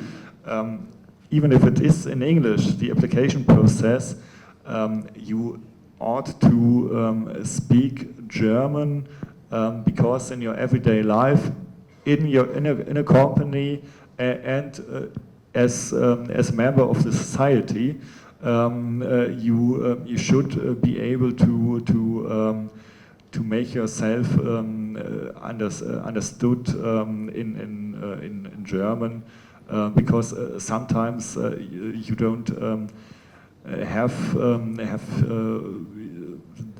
colleagues which are fluent in English. As mentioned, the vocational training system, for example, the normal workers, there you don't find a lot of workers which are fluent in English. It might be, but in most of the cases it's not sufficient for the job, and so it's a way, in my view, that you have to learn German to be successful. And because you were questioning about multinational companies, we as DB, we have like our focus is on Germany, but we are operating in the US, we are operating in South Africa, across all Europe. So we do consider ourselves as an international company also. So of course, if you're applying for a DB job in the UK, in the US, no need for German there, because you are there in the market. This was your question earlier also, I think. But again, for a job in Germany, in our international company, you need German. And we will come to the application process, because you mentioned interviews in English, and you said, for example, Bayer does the whole process in English. For us, first contact points of English, like we do today, is also possible. First Skype interviews in English also, but in the end, again, your boss needs to be convinced, and that will be in German. And this is for the majority, the big majority in German companies, even if they are international.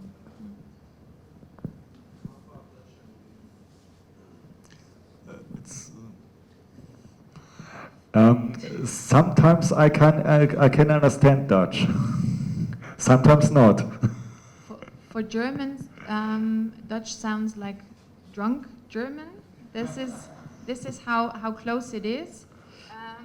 You can understand without learning the language. You can understand a lot, but usually you can't speak. You don't know the rules. You understand a bit, so it is close, but it does need some learning also. Were there some questions? Wait a little bit.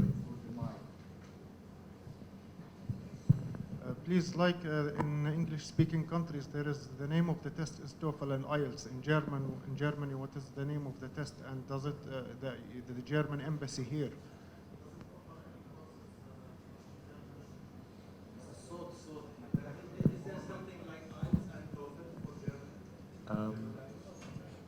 I think yes, no? Yeah. What is the name of the test in Germany for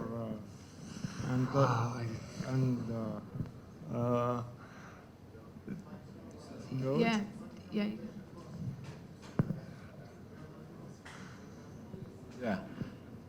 خليني انا طبعا جزء احنا كنقابه مهندسين في ديسكشن هسه مع معهد جوته. معهد جوته عندهم ليفلز ببلش من A1 A2 B1 بس كل واحد منهم I think 2 أو 3 ليفلز. هسه حتى انت بدك تاخذ الليفل وبدك تاخذ امتحان في معهد جوته، وبس تاخذ الامتحان مثلا بالليفل الاولاني وتنجح فيه، بعدين بتبلش بالليفل الثاني بتاخذ الامتحان بتنجح فيه، بعدين تاخذ سيرتيفيكت مثلا من جوته انستيتيوت انه انت ليفل يور جيرمان لانجويج ليفل از B1، وهذا اللي بيكون ريكوجنايزد. يعني مش زي التوفل والايلتس انه بتروح تاخذ الامتحان وبطلبوا منك سكور. يعني هذا في خلينا نحكي ستيبس. اوكي. Any more questions?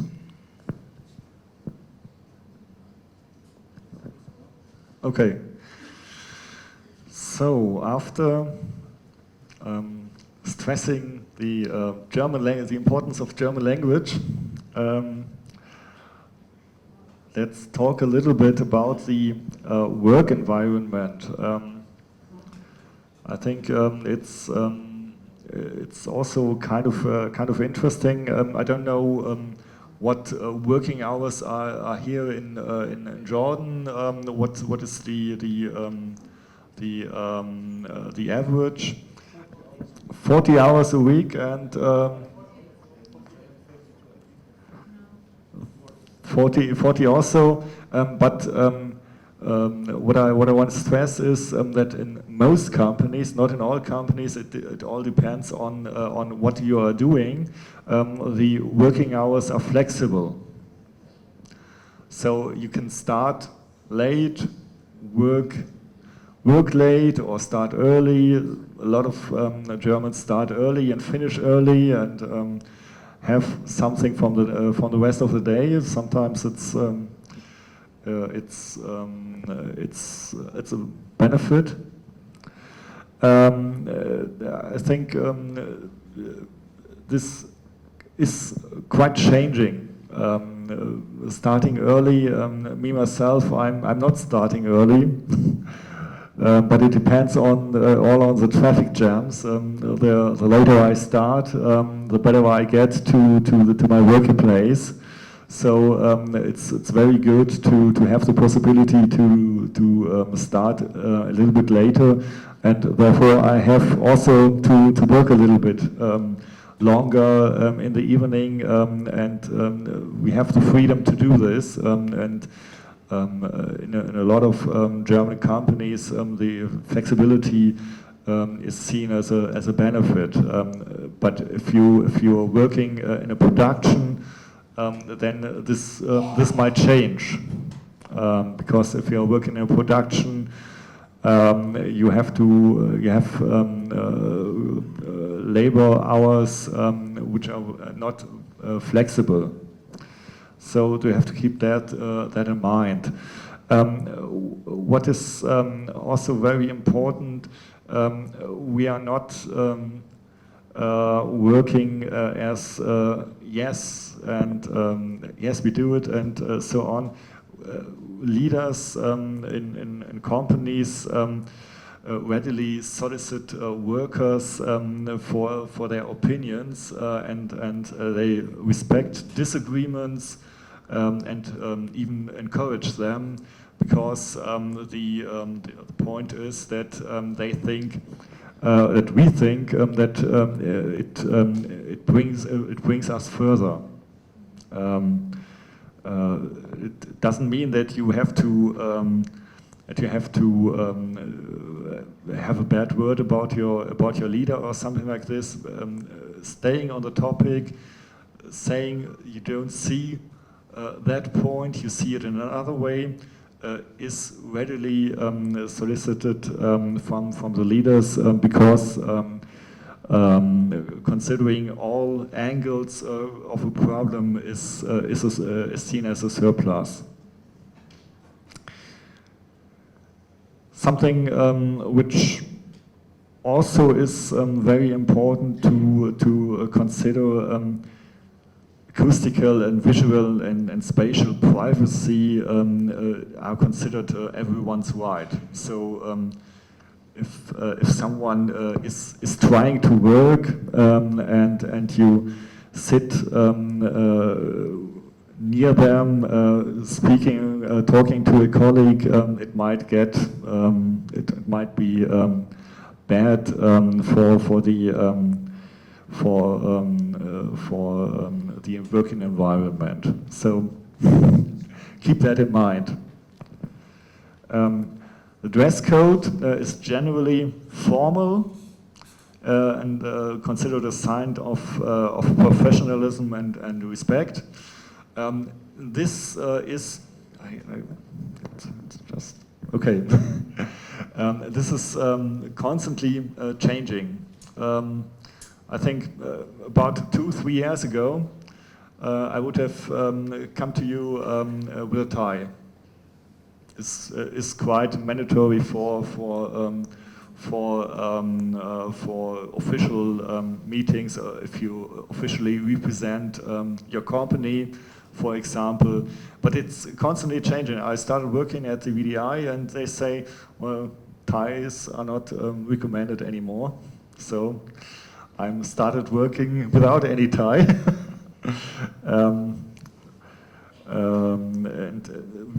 This is something which is changing, and you have to comply with these kind of dress codes and look at what the dress codes are in your company, in your future company. Meetings. It's quite interesting. Meetings start and finish on time. They start on time and they finish on time. And I don't know if what is the culture in your company. In my view, meetings don't have to be one-day meetings or 4-hour meetings, 5-hour meetings, 6-hour meetings. Short. 1 hour, 2 hour. 2 hours is something which is quite enough. And you as a worker, as an employee, are expected, as a participant, are expected to come prepared and work through a detailed agenda, which is mentioned in advance to the meeting. I think this is very, very important. So I think that is also considered a bit of a German stereotype to be super efficient and punctual, but that actually does represent our working culture. And as I am cooperating with a lot of other countries also, I know it's different in every country. So what we're trying to do is just to give you a realistic picture of what to expect there. And from your first slide that you've shown, those Oktoberfest and pretzel and those stereotypes, they do apply for a small number of Germans. But in this case, being punctual and also this efficiency focus at work, this is really something that you can expect and that your team will be very very keen on working on. So yeah, just to give you a picture of how it will be. The real picture. Another point, I mean, Germans like to start early and leave early, I've already mentioned. But what is also very important, and in my view, I work for about 20 years right now, is constantly changing, is that distractions at work, such as social celebrations, a birthday party or something else, are kept to a minimum. Formerly, as I started to work, there were these social celebrations started with some kind of alcoholic drink, Sekt. I don't know what's the champagne. Champagne is it's a bit expensive, I would say. But in our days, right now, it's not seen as a virtue to drink alcohol at the work in any form. So orange juice will be enough, or something else. No alcohol at the workplace. It's constantly changing, and this you have to keep in mind.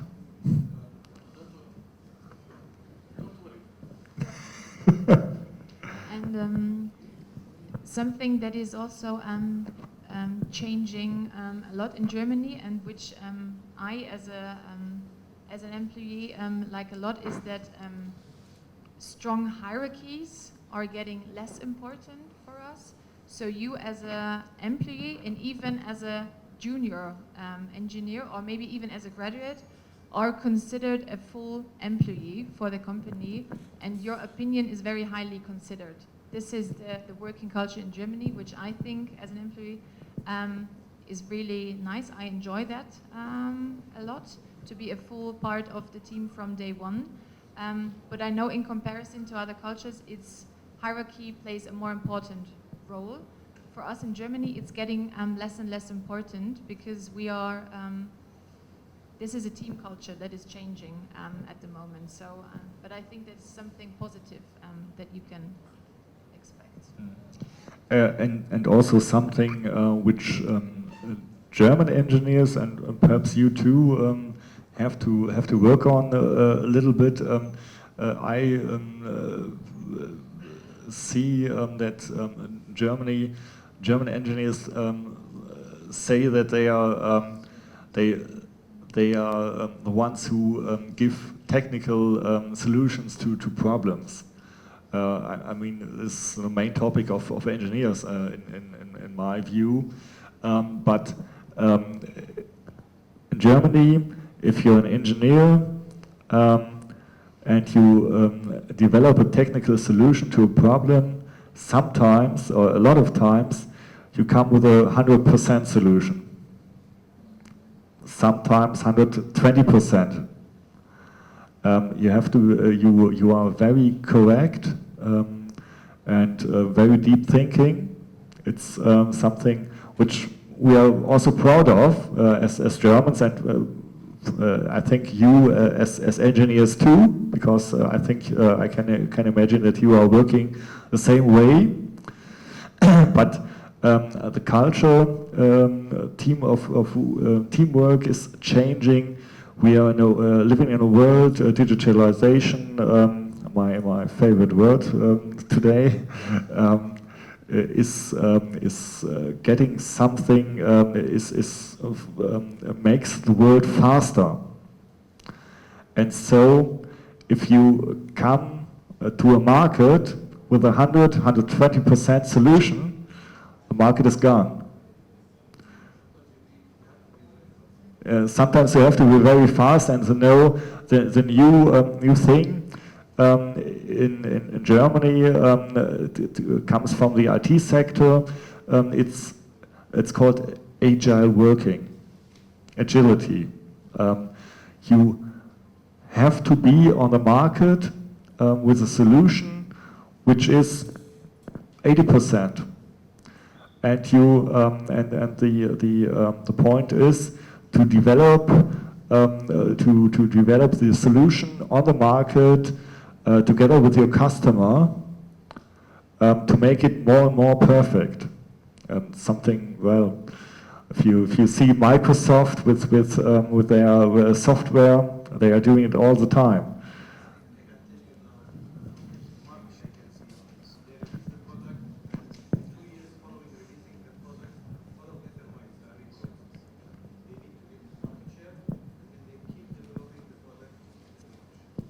Yes, this is the main topic, and this is also something which is constantly changing in Germany. No more hierarchies, faster on the market, develop business models, and be prepared for the new world. It's not easy all the time. If you consider something which you might know from the names, Tesla is working this way. They are selling their cars. But the main, the important part of their cars are the software. Is the software which they can update easily and will do. But German automotive industry, for example, they wouldn't do it this way because you have to regard safety issues. And this is, for example, a big question, where we in Germany try to find answers how to make e-mobility feasible and also safe. Yeah.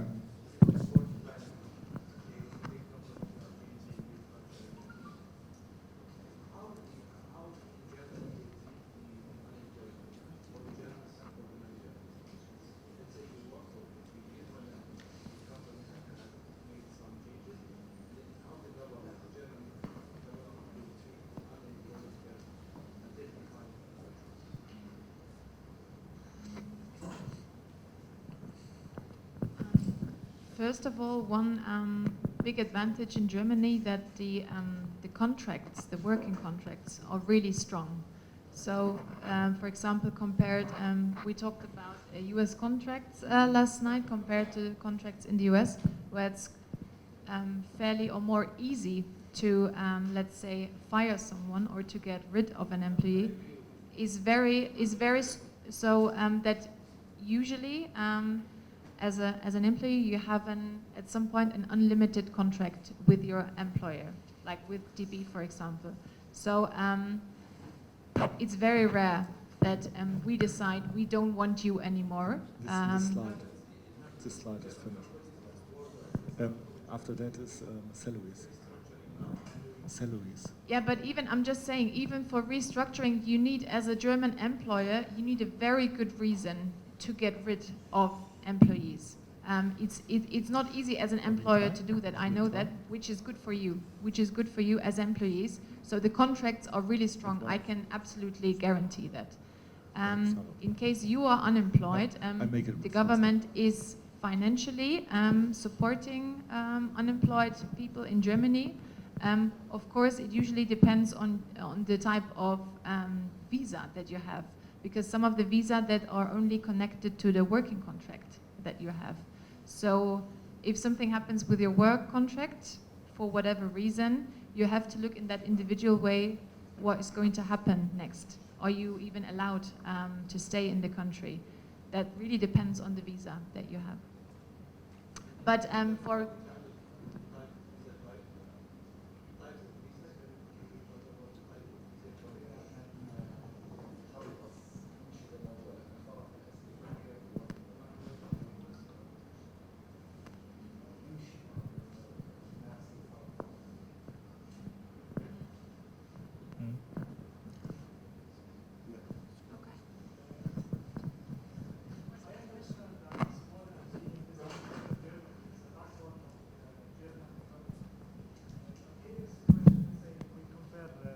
small and medium businesses, it's based on family business. Let's say if someone from X family, all of the company will belong to this X family, or maybe relatives, friends, etc.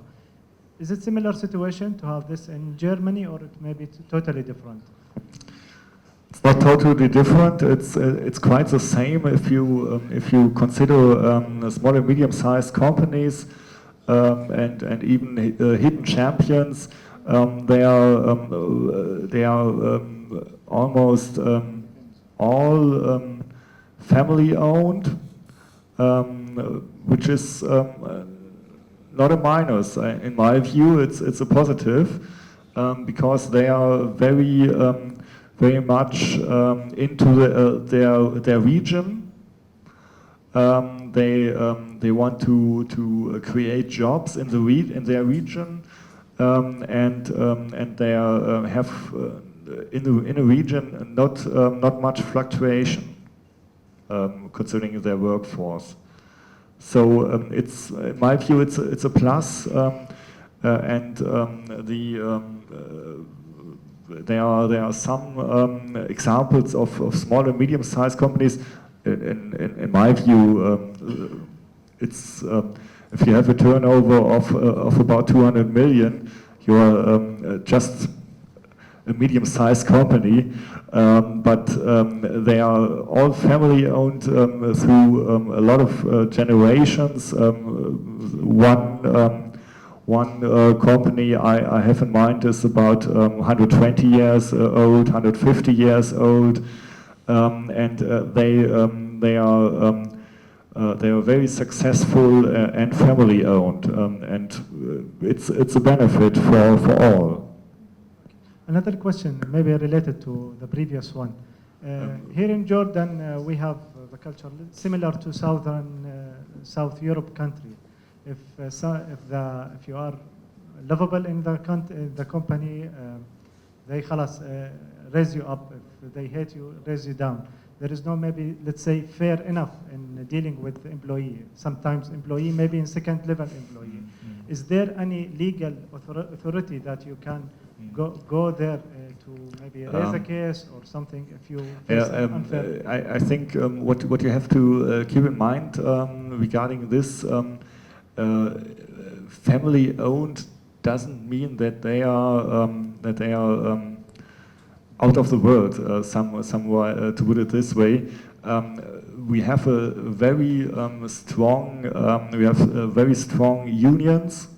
We have the so-called social partner, and what my colleague just mentioned, Mrs. Seidel, is that if you have a contract in Germany, if you have a working contract, it counts.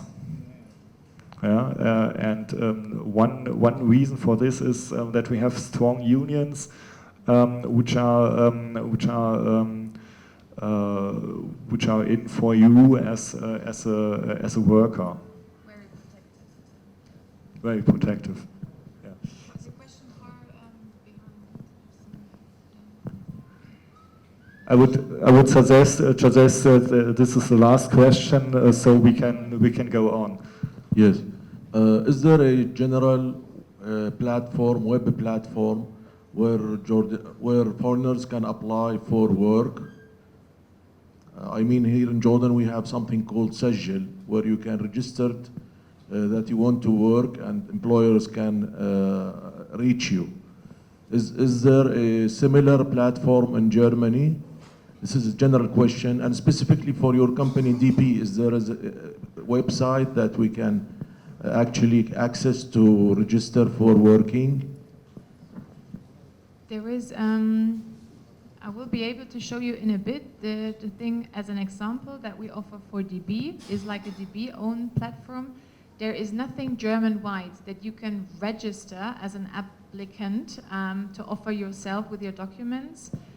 What we really strongly use in Germany is LinkedIn to get in contact with candidates. So if someone of you is not on LinkedIn yet, I would strongly advise that, because this is where employers can see and can have a look into your CV already. But a general platform, no. You have to actually get from company to company. So it's individual per company? I mean, each company has a website. A lot of the companies have websites, and even more, I think, are recruiting their workforce via their websites. You have to research, do research here, which companies you want to work for, in which field you want to work for, and as I mentioned in the break, there's if you want to work for example, mechanical engineering, electrical engineering, there's something called Best of German Engineering. It's not a website. I think it's a website, but it's not a career platform. But it's a website. It's kind of a handbook where German companies describe what they are doing, what are their products, and there you can do a little research what companies there are, for example. So if you research, do a little research and type in Best of German Engineering, then you will find a link, for example, where you can find the information.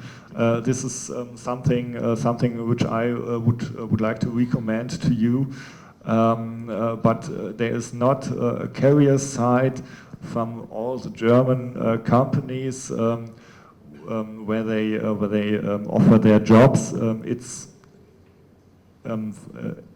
individual from company to company. So let's do a little bit more. Just to make it short, what's about the starting salaries after graduation? You have to keep in mind, in Germany, we have a strong social partner. We have kind of salary structure, but the salaries are mostly freely negotiated.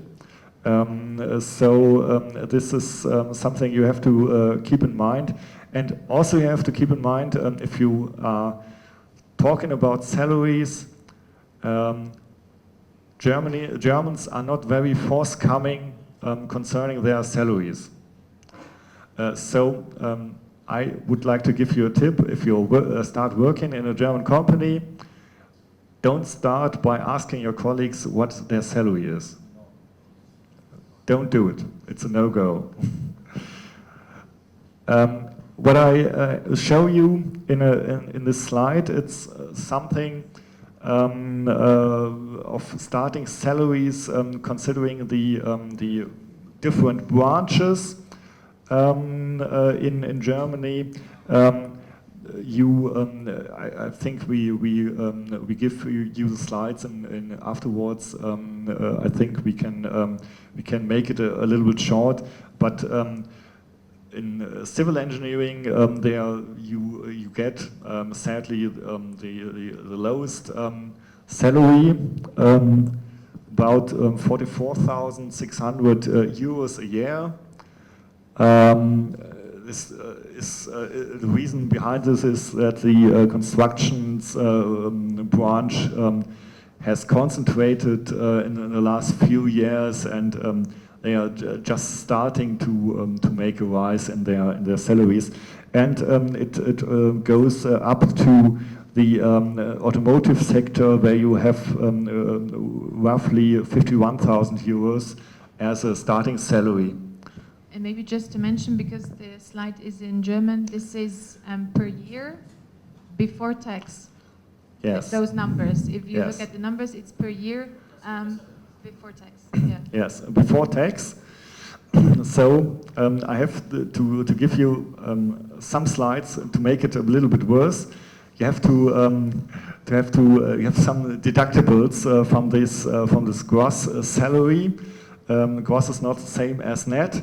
If you consider it, if you have, for example, 4,500 euros as gross earnings, you have to pay income taxes. It will be made by your employer.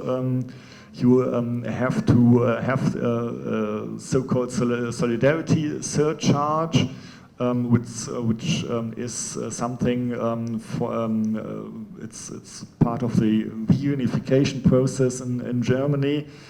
You have to pay retirement insurances. You have to pay unemployment insurances. You have to pay health insurances and nursing care insurances also. So this all lowers your net income from 4,500 to right about 2,600, 2,700 euros. So you have to keep that in mind. It's the most deductibles, retirement insurance, unemployment insurance, health insurance is very positive for you. But you have to keep that in mind. And you also have to keep in mind that the cost of living in Germany is not as you experience here. For example, we have high income, but high income means also high costs of living. And so if you look at it for every household, for example, there could be on average 2,400 euros on costs which you have to pay. So this is some salt in the wine. But to make it a little bit more or a little bit better, if you're working in Germany, this sometimes also means that you have a lot of vacations, a lot of public holidays, and the working hours are, I think, quite okay. 1,600, roughly 1,600 working hours. So this is a high standard of living in my view, and it makes it for me attractive to work in Germany.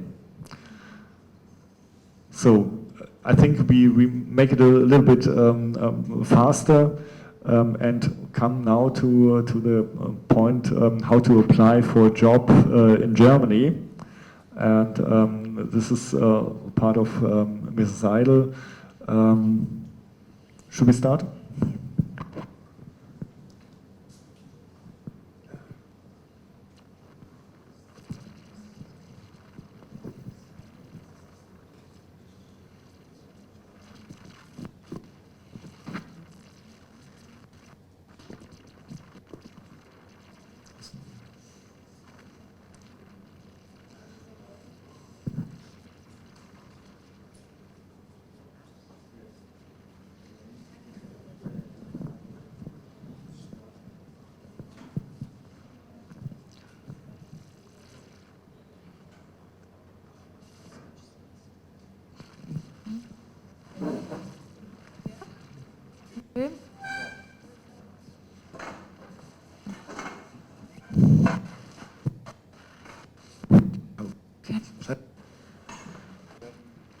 Right. So now, after finishing the insight in the German labor market and also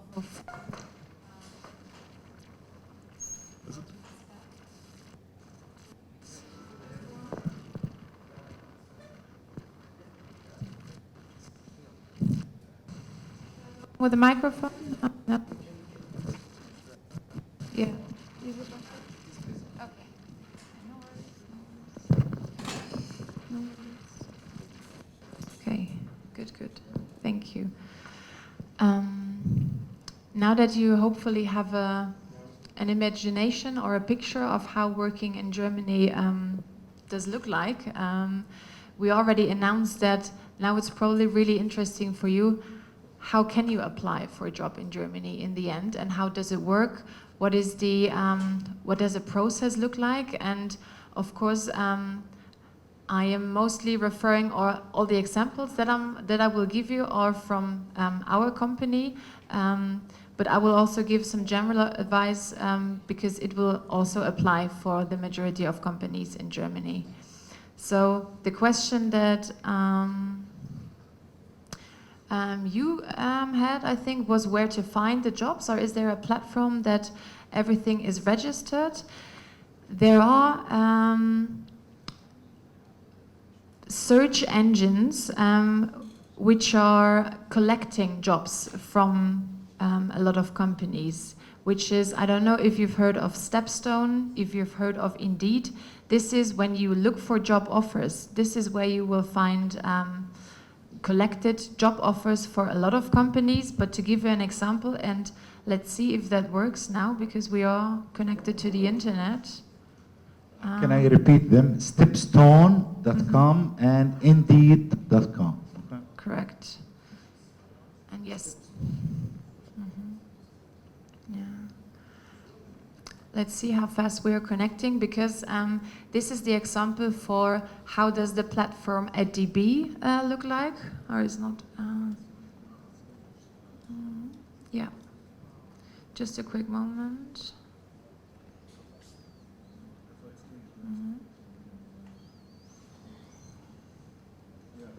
Working? Yeah, okay. So of course this will all be in Germany, but we have at the bottom the possibilities to switch in English, and you will find a lot of information about a career at Debe, at Deutsche Bahn there, like general information. How does the company, how is the company structured? Where do we have locations for jobs? What fields of expertise are we looking for, and so on. And then you have, and this is probably the most interesting for you, you have the actual job board, like where you really can look for existing vacancies in Germany, and which I would also advise you to have a really detailed look, to just get an idea of what we are looking for, what's offered, and what could be interesting for you. You have the possibility here to use a lot of filters, as in maybe you have a ideal location in Germany already that you're looking for, a country that you have some connection, a city that you have connections to. There are several companies within Debe, like business units that are fulfilling different tasks. I will come back to that in a bit. We have certain entry levels that you can filter, graduates, people with experience, super senior levels. So you can really use those filters to get the results that you're looking for. And this is something that works, this is how it works for Debe. And all the bigger companies definitely have their own page. So you were asking about multinational or international companies before. BMW, Bayer, they all have their own page like that, and it works in a very similar way. So this is how you should be able to get a first impression of what's offered and what they are looking for. The Stepstone and Indeed platforms, they are really good to get a first idea of what companies are out there, what are the companies that I can maybe connect to. So I would advise to have a look in those two.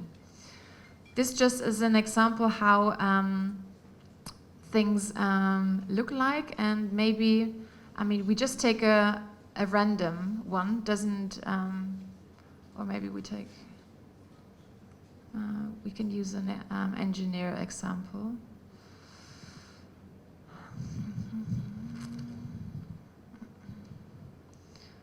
Just a second. So for here, just to see how a job description is structured and what you will find in there, and maybe how to interpret those information.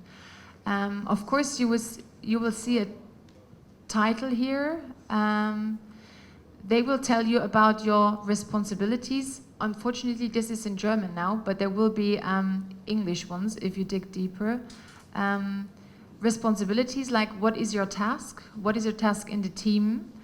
They are very concrete about your qualifications. What's the profile? What's the requirements that you need to bring from the education and maybe also from the work experience? And then they will also tell you what they're offering. What are the conditions in the contract? They will never name a salary at this first point of contract. They will name more soft factors in the contract. Is it unlimited? Is it a limited contract? What the company is offering for their employees in general. It is usual that you talk about the concrete salary at a later point. Mm. Let me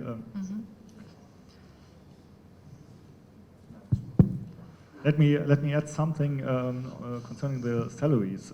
It's sometimes quite confusing, and I know if I fully understand that it is sometimes annoying too.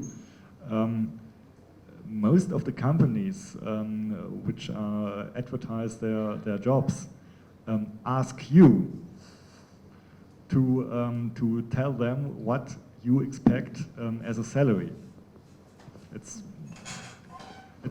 something you have to keep in mind, and therefore you have to be able to give a certain level of salary expectation from your side, and they look at it and decide if it's possible for them.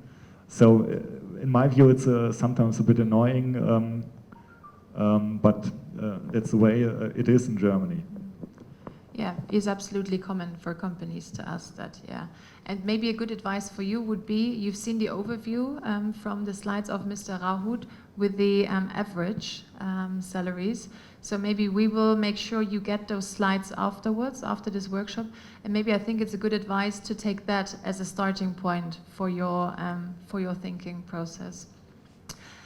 And I think what's most important as a first step also, that at the end of the job description, you always have a contact partner who is responsible for that certain vacancy. And in the majority of cases, this is a recruiter, like an HR person, like me, who is taking care of the vacancy, who is your first contact person, and who is also able to advise you in a lot of things around the application. So feel free to ask that person all the questions that you would like to, as you can do with us today. You will get in contact with the hiring person, manager, which will be your actual boss at a later stage of the process. So this is your first point of contact, the job advert. And let me come back to the presentation, just a second.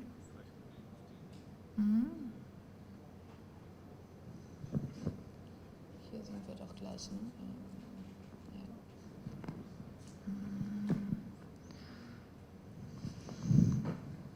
Ja. Yep.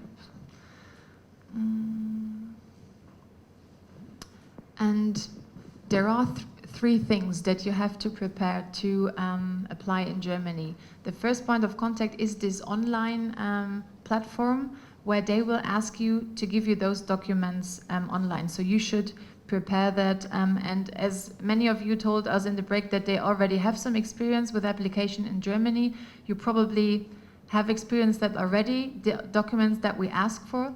So in the first step, it's the German CV, Lebenslauf, as we call it, where you really put the hard facts in, your education, the level of your language skills, maybe other certificates or exams that you've undertaken within your career, and the work experience. In Germany, it is not so important anymore, for example, to put pictures on your CV anymore. That was very common in the past to do so, but by now it's not so important anymore. And because we were discussing a template last night, which could make it easier for you to orientate, I can really recommend you the Europass template, which maybe some of you have already seen. This is something you can actually download freely in the internet, and which will most of the companies in Germany and in Europe will be very familiar with. So they have defined sections of what informations to fill in, and this is a very helpful orientation on how to build your CV. And this will. Can I add something? Europass template, freely available online. They can download it, right? A template that can be used to put in your CV together.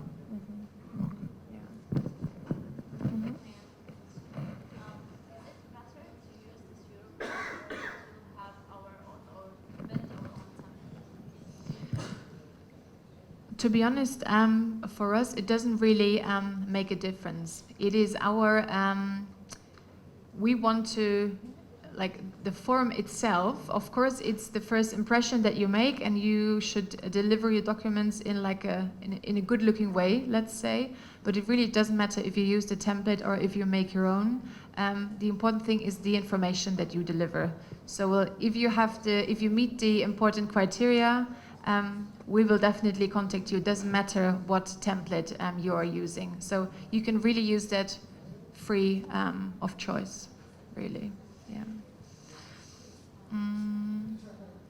Yes, so to be honest, everything that's important for us is in that template, and this is also the first thing that the recruiter is having a look into.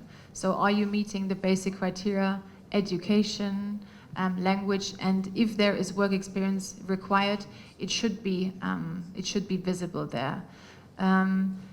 Also, it is usually very short. It is usually only those 2 pages. Even for experienced persons, you are supposed to make it short, so you see what you've been doing in one glance. The chance to really present and sell yourself will be at a later stage in the first interviews, but the CV is really for an overview. And I think which for people abroad is a bigger challenge is the cover letter, which is the usual thing that you send with your CV. It's a letter to the company where you officially explain why are you applying, why do you see yourself as a benefit for that company, what you're bringing with you. Like, this is your first point of selling yourself to the company. And you see the points here. This is where you start to explain what's the connecting point between you and the job that you're trying to apply. One advice from my side would be, in this first cover letter, somehow present that you know the company well, as in you made your research, you made your homework. So try to present your knowledge, or try to present your connecting points with the company. So the worst thing that can happen is you're writing the same cover letter because you may be applying to 12 different companies, and use the same thing for all the companies, like a really unpersonal one. This is like the worst thing someone can do. So try to explain your personal motivation, because this is actually the first thing that your boss will read into when he's preparing for the interview with you. Yes. Mm-hmm. Yeah.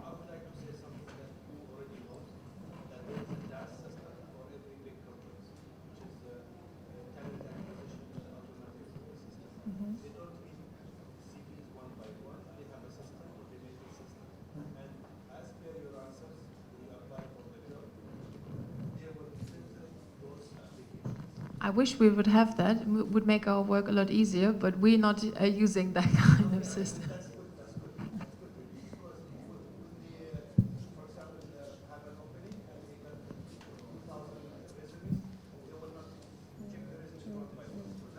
So this automated system will filter all the applications. Yeah. And as per your answers, like one of the most important answers that usually they have two questions.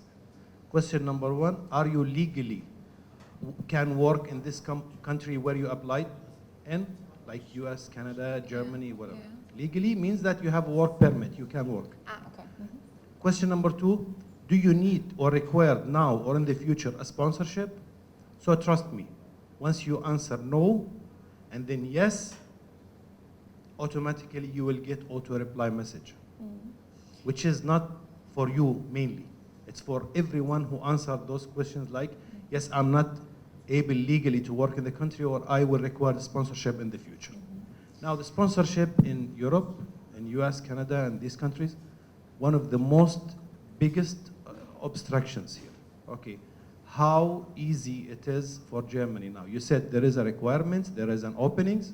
Now how easy it is for the companies from the legal perspective, from the country and government rules, to make a sponsorship for this guy. Sponsorship means money, it's costing money, it's a time to bring this guy from his country to Germany to work. So please, I mean, I think this is one of the biggest issues that we face in the Middle East.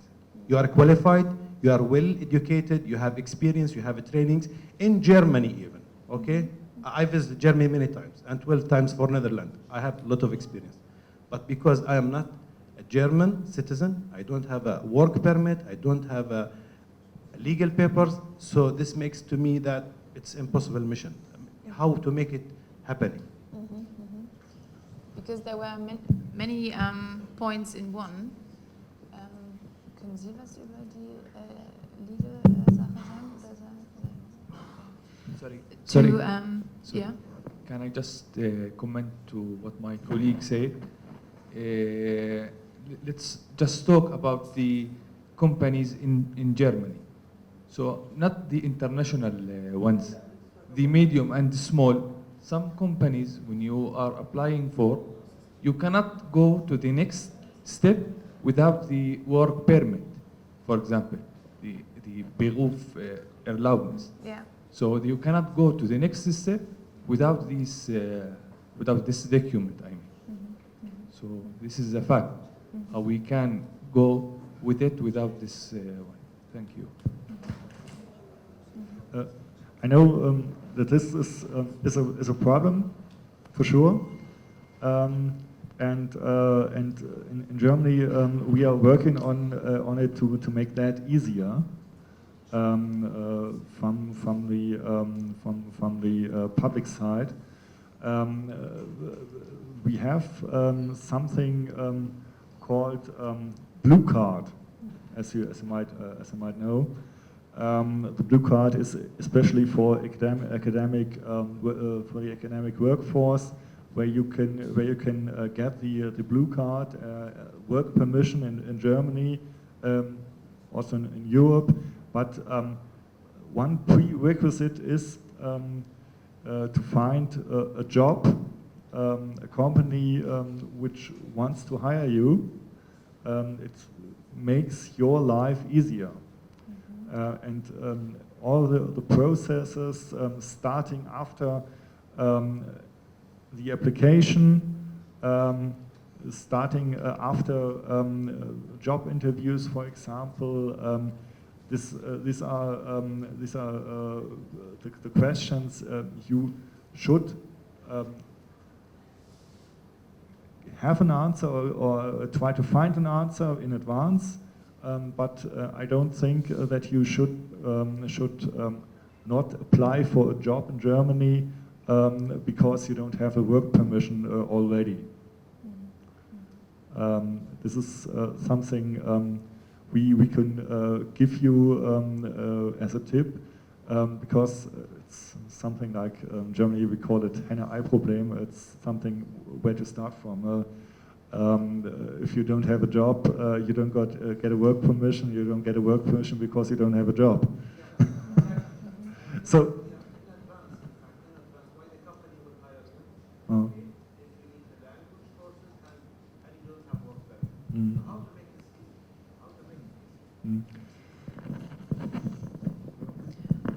I mean, this is quite a big question, how to make this easy. And as I said earlier after the break, the purpose of meeting here, of having these workshops all week, is also to maybe work on solutions, take input from you also back to Germany to make things easier in the future, and to maybe set up programs together that will, yeah, as I said, make it easier for you.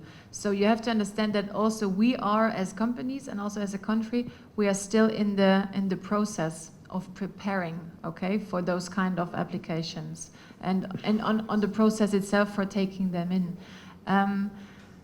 For you as an individual candidate, I can only advise, make the company needs, how can I say that?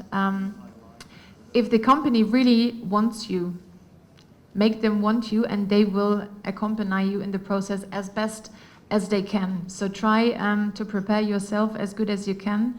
And we are, for candidates that we really want, where we have big needs, we are able to give a lot of support also with the visa.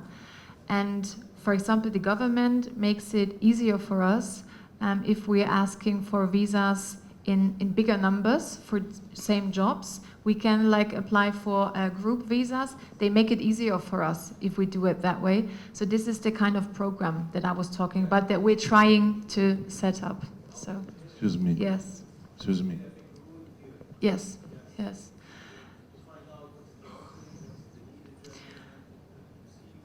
What's the best process? Yeah. Yes.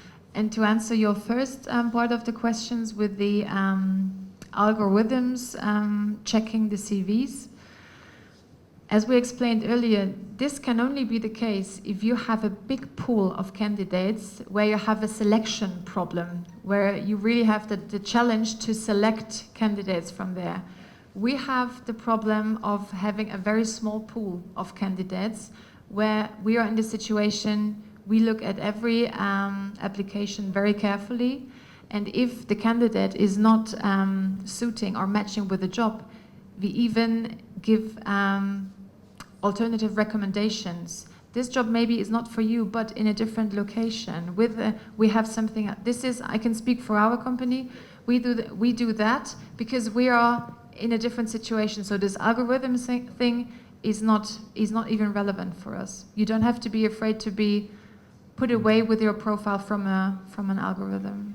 Let me add something. I can fully understand what you say, and sometimes in the last 20 years, if I apply for a job at big companies, I got that impression too. But yeah, but yeah. You will not have a chance even to be in the process for the short test because you yeah, but as Mrs. Seidel mentioned, we are in a process where the market is changing. 10, 15, 20 years ago, we had no shortages. And so we are working on it to make this easier. And there are also the new immigration laws that were put in place, are discussed right now to make this easier, but not easier with the aim, with the target of making it easier for academic professions, because there we have the blue card, which is there from, I think, 2010, 2010. And it's not quite attractive. There are not very much applications of these blue cards, but it's rising. And the main aim of the actual immigration laws are that the non-academic professions will also be fostered, should be fostered, and have to be fostered because there we have also needs and shortages in some professions, and this is I think the main topic of the actual immigration law enhancements, Yeah. improvements. Yeah.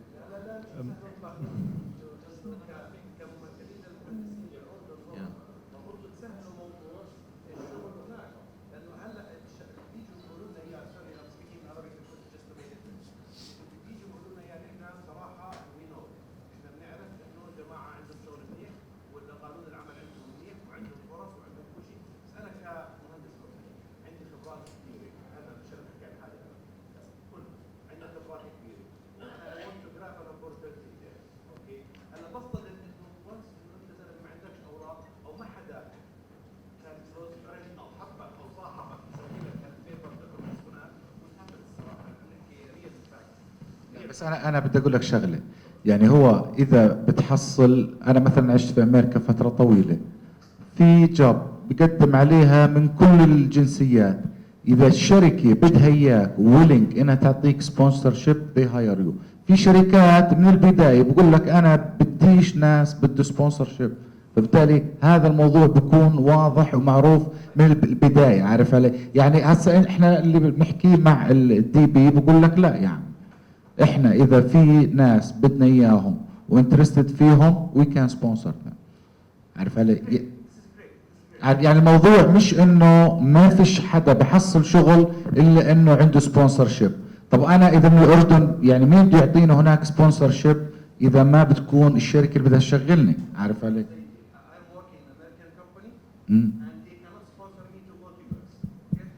Yes, because they don't want you to work in the US. خذ مني يا اخوي يعني شوف اقول لك شغله، بس بدي اسال لو بدهم اياك تكون موجود في امريكا H1 فيزا.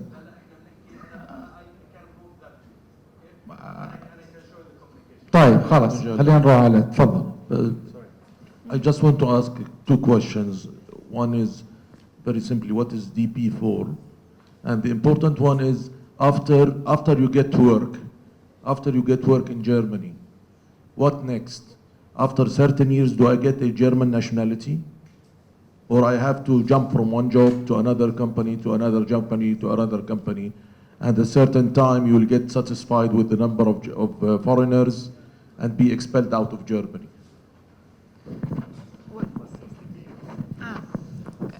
To answer the first question, which is also easier, DB, Deutsche Bahn, as in the German railway. This is the company I'm representing today. So DB stands for the German railway, operating inside and outside of Germany. It's a government company. German government or private? Partly this, partly that. So we are the majority, or the biggest part of our company is owned by the government. But we also have business units privately. So specifically you came here, your company is interested in hiring Jordanians in Germany? Why your company? This is why we are here. We introduced ourselves at the beginning because we are an example company from the industry to bring some real-life examples from how do businesses operate and why are we especially are interested in engineers. What are opportunities in our company? Let me give you a short answer on the second part of your question. Becoming a German citizen is independent from jumping to one firm to another. If you're, I mean, like the States, if you stayed for a green card for 5 years, you can get a American US citizenship.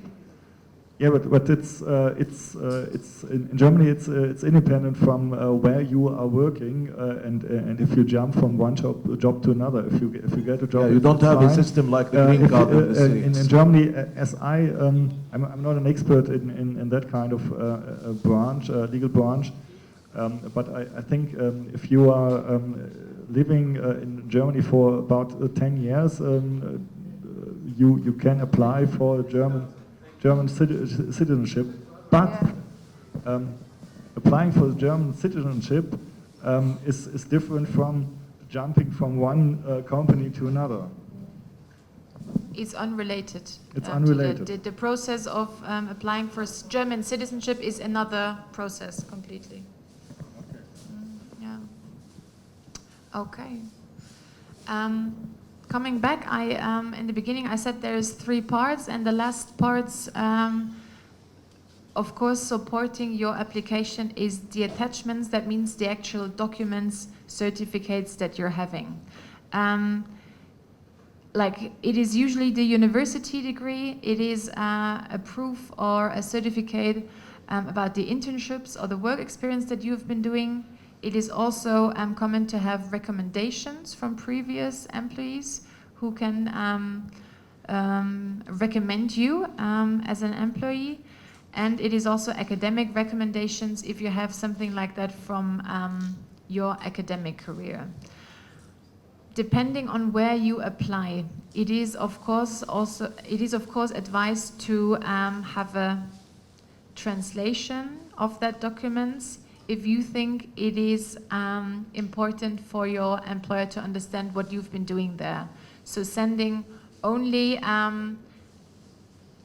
for you to open up about our perspective, sending in only Arabic documents will be very hard for us to tell what do we see here in front of us. So if you want to make your application as attractive as possible, make sure the one that you're sending the application is understanding what is written there. This is the rough recommendation that I can give to you. Make yourself as attractive as possible. And as we had a lot of questions on what happens next, I have the kind of usual process. This is not DB special or individual. This is, I think, applying for the majority of companies in Germany, that on the first thing after we received your application, we will have a telephone contact with you. So we will call you back, we will get in contact with you to clarify some questions. Maybe the usual thing is if someone forgot to put his money expectation, his salary expectation on the application, because we really need that in the first step, we will ask you on the telephone. Thank you for your application. We received everything. To make it complete, we need those information from you.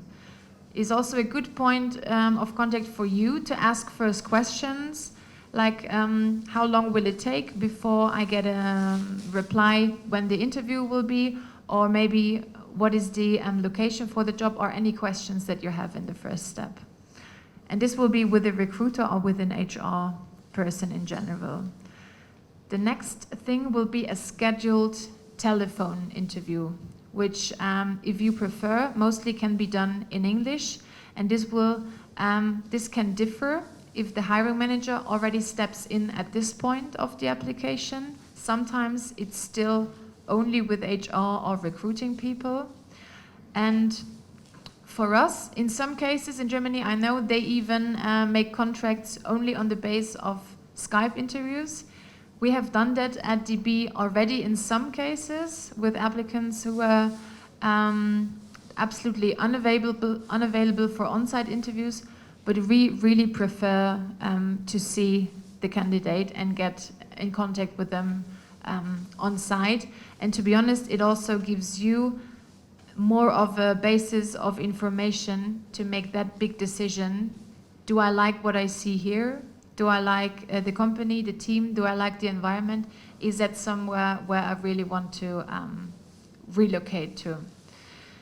We as DB, we offer like travel support for the interviews. Like we, for candidates that we're really interested in, we pay the costs of travel for the interview, or we sometimes come to the countries and have the interviews here with the hiring managers, because that's sometimes more efficient for us.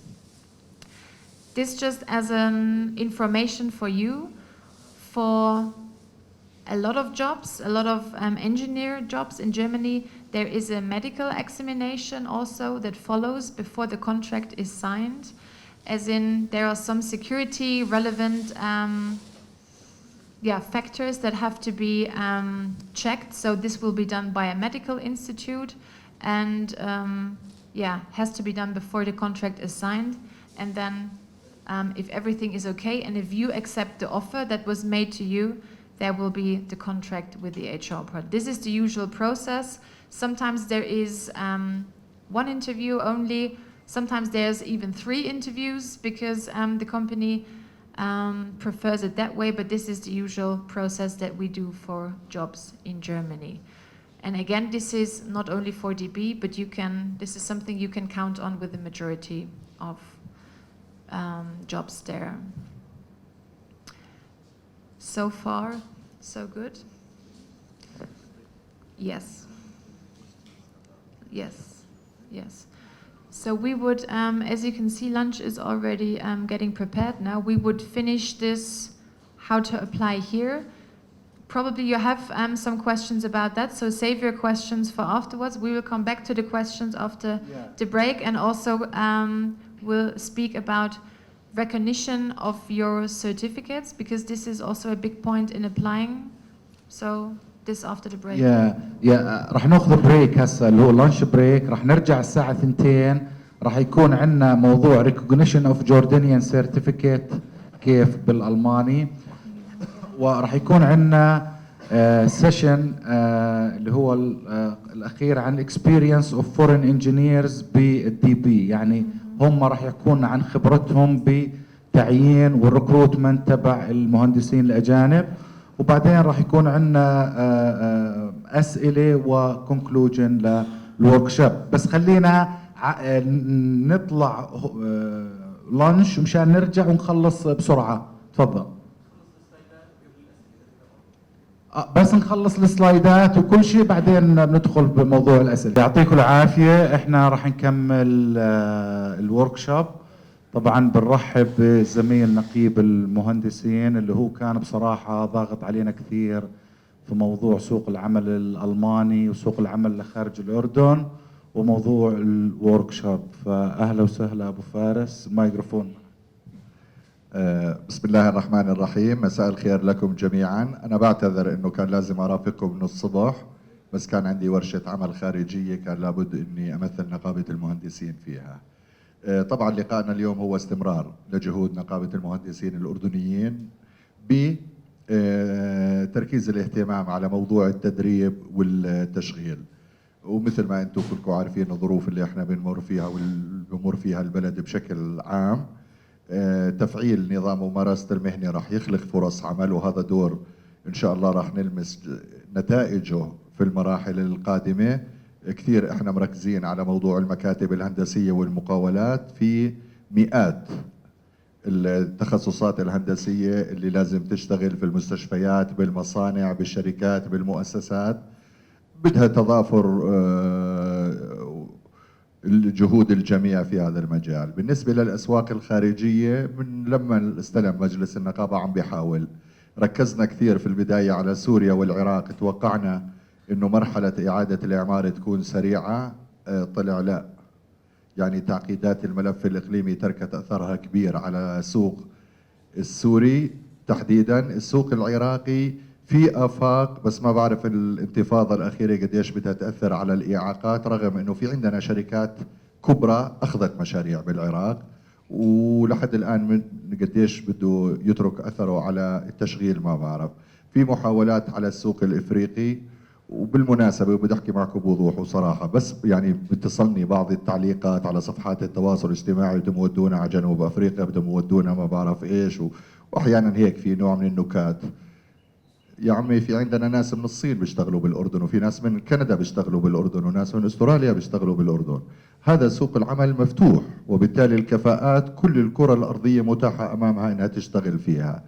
أنا بأكد لكم إنه في عندنا زملاء طلعوا على موريتانيا وعن طريق النقابة، وفي زملاء طلعوا على إثيوبيا، وفي زملاء طلعوا على الجابون. طبعا اللي عنده كفاءة وكفاءته مطلوبة في أي مكان. نركز على السوق الألماني، واللي كمان في السوق النرويجي الذي لا يقل أهمية عن السوق الألماني. احنا تواصلنا مع الفعاليات الهندسية والسياسية بألمانيا ومع السفارة، وطلع زميلين لنا مرتين على ألمانيا، وإجتنا وفود من ألمانيا 3 مرات استقبلناهم. يعني هذا اللي أنتم شايفينه اليوم خلاصة جهد أشهر طويلة. هلا هي مثل ما بيقولوا المهندسين واصحاب العمل والمشغلين مع بعض بتحاوروا شو مطلوب من نقابه المهندسين. احنا جاهزين من حيث برامج تطوير، برامج تاهيل، المساعده في اللغه، اي جهد مطلوب من نقابه المهندسين راح نقدمه باتجاه السوق الالماني، وهو سوق واعد بامانه السوق الالماني.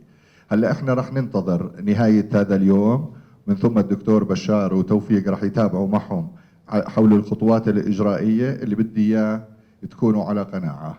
الجدية في البحث توصل إلى نتيجة.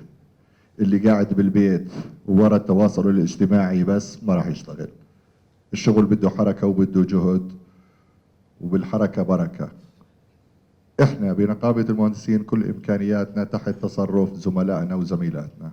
برحب فيكم في نقابة المهندسين، أهلا وسهلا.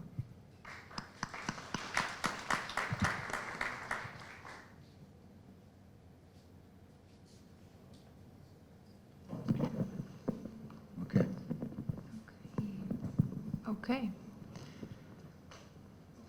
Okay.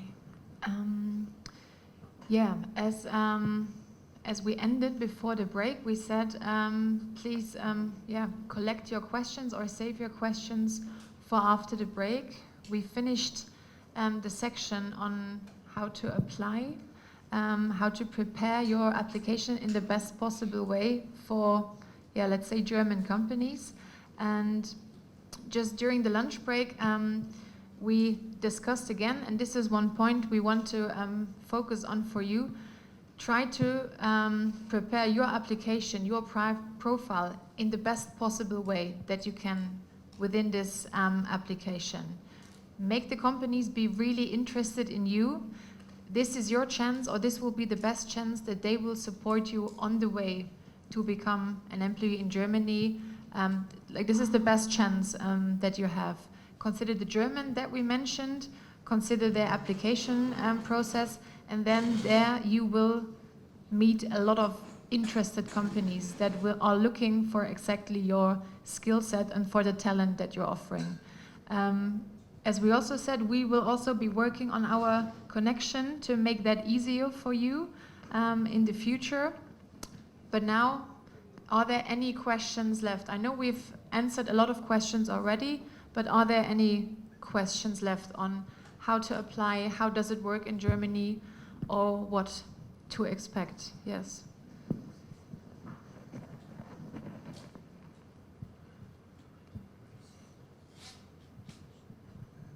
In fact, foreigners who have at least A2 to B1 level can apply for job searching visa, which is for 6 month period, and can be extended for, subject to certain circumstances. Actually, do you think that this option is an effective one? Can you repeat the last bit? Do we think this option is? Is an effective one? The future and the experience will bring that if this is effective. As you mentioned, a B1 is, as we said already, is the condition or the requirement that you need for this kind of visa. And this is, of course, this is what our political stakeholders are preparing in the background. We are, as I said, representing the companies that also have to follow and also have to follow those laws, and we're presenting the German VDI. So we can, of course, only speak for ourselves, but we bring the feedback that we got from you today back, of course, also to Germany to see what we can do. And if it's effective or not, to be honest, this is something we have to learn from the upcoming years, I think.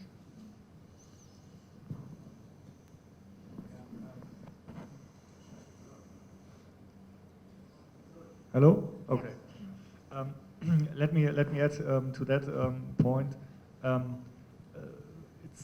it's as my colleague said, part of the process of political stakeholders, which level of language you have to speak.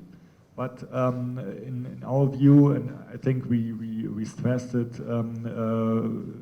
this morning, is that you have to be prepared in German as best as you can, and the basis is B2. B1.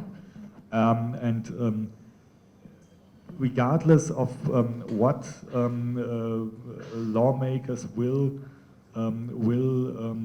put in place as a prerequisite, try to be as good in German as you can be. This is something which I think is quite helpful for you. Now, German is a difficult language, no question.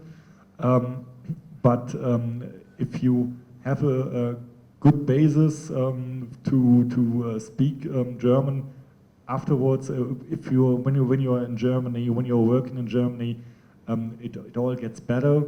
But you have to have a certain basis for this, and this is what's recommended in our view.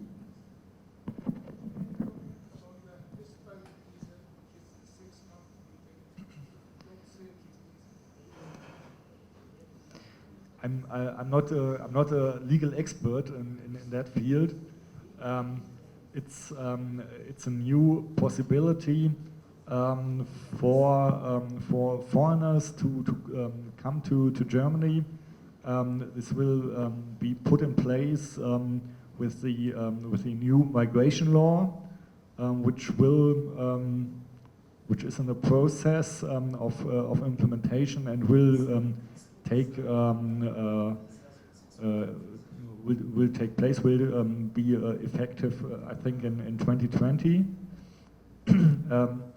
And the goal is to make it easier for foreigners to search for a job. You have to pay your expenditures, or you have to be sponsored. If you already have a company, you don't have to who sponsors you. You don't have to search a job, so it's that kind of easy. If you want to do it this way, this is the possibility. If it is a good possibility in the future, you will wait and see. It's nothing we can assess right now.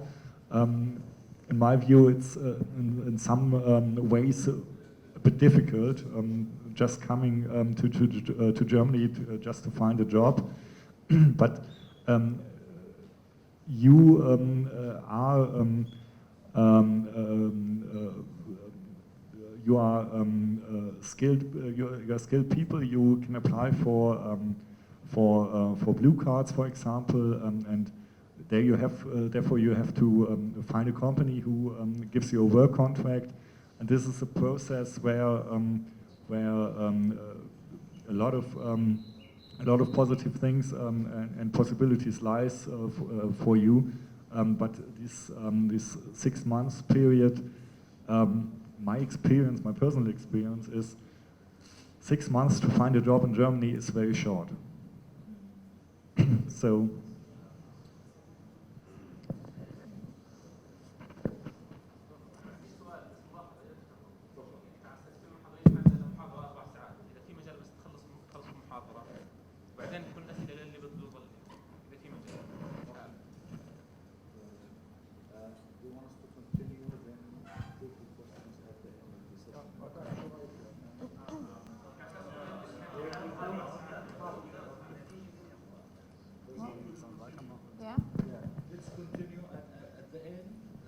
We'll do the questions. Okay. of course connected to the process itself.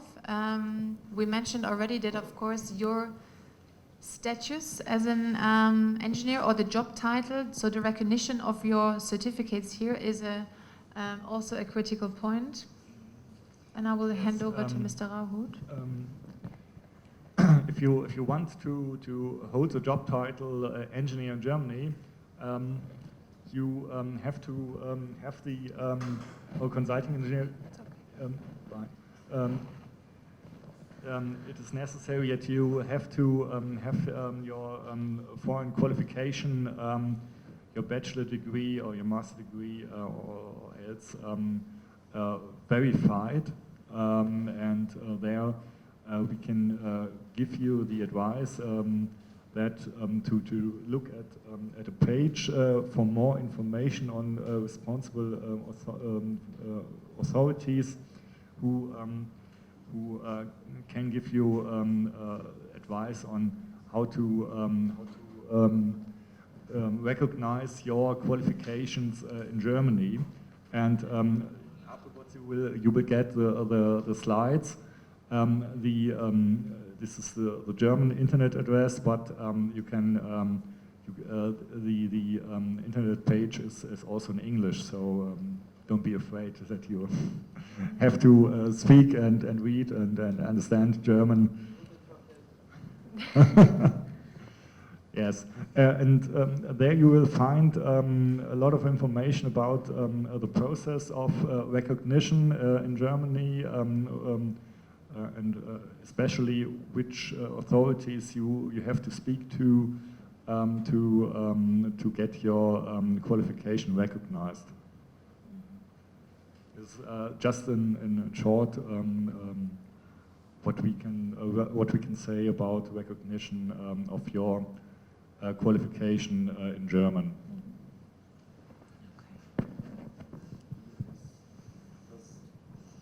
DP require that degree has to be recognized because you hired some people from outside Germany. Is that a requirement that the DP requires? That the recognition, certificates are, yes, actually yes, there it's is. required. Yeah. Okay. Yeah. Okay, so I think we're coming to the last point now, and we'll make it short and quick because we are so far in time already. And just as an example, we wanted to give you a brief insight of what possibilities there are for engineers at DB. Again, this is not an advertisement block for DB, but we are just an example for the industry in Germany. So, and as I mentioned to some of you who had questions in the break already, there are a lot of sectors actually that we cover, and we provide our services in 3 key markets. And this is also why we offer jobs in such a wide variety of functions and roles. So our key market, our first key market, and this is probably the one that is most visible to customers and to people who know DB already maybe, is the traffic sector. So running trains, running operation, actually transporting people in the first place, and transporting people, yes. On the contrary, on the other side, transporting goods, as in logistics, is also a key market of DB. So with our units DB Schenker and DB Cargo, we operate worldwide to transport goods via sea, via plane, via rail, and also on the streets, like with the trucks. So DB Cargo and DB Schenker are operating worldwide in this key market of logistics. So yeah, you've been interested in logistics, I think, so this would be the key market that you would probably find your destination within DB. And when we're coming to civil engineering, probably the whole point of infrastructure that you see in the middle is what we are responsible at DB also. So we are responsible for the stations, building and maintaining all the stations, maintaining and also building the lines itself, developing new lines, everything that comes with it, tunneling, bridges, all other construction that you can think of, all that is covered within our own engineers. And while you think of that, all the stages are covered also. So we do designing, planning, we do the surveillance, and we do the operations also. So we are really looking for engineers in all those kinds. And the two main things that we are looking for is the civil engineers and the electronical engineers. But apart from that, also a lot of positions for mechanical engineers and other roles, but this is the main thing that we're focusing on. Just to see what DB covers as a whole.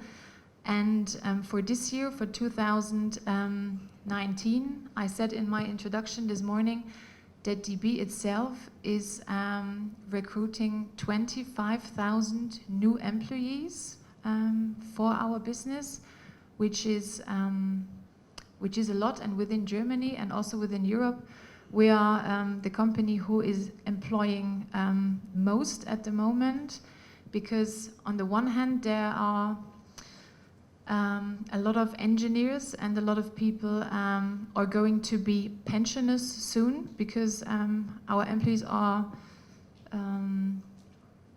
retiring. And on the other hand, we have set up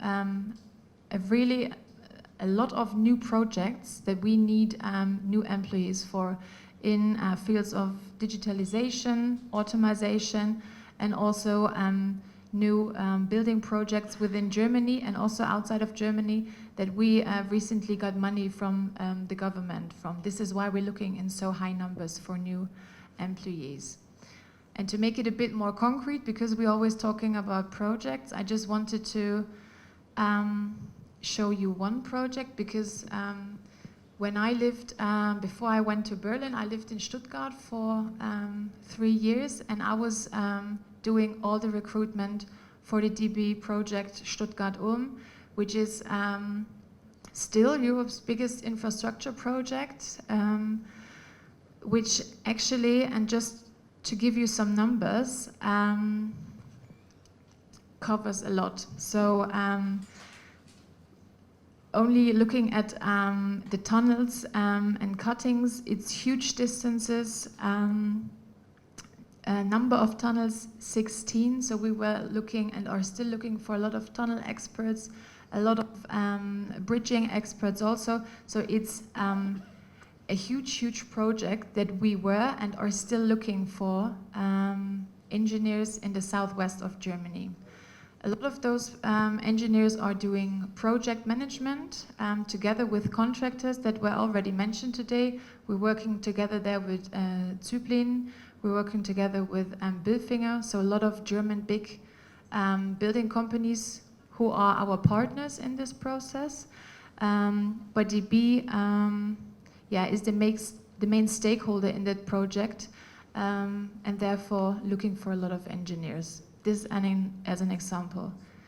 Just so I get a feeling, has anyone ever heard of the project itself in Stuttgart, or is that something unknown? Okay, good. As I said, we will hand you the presentation, the slides afterwards.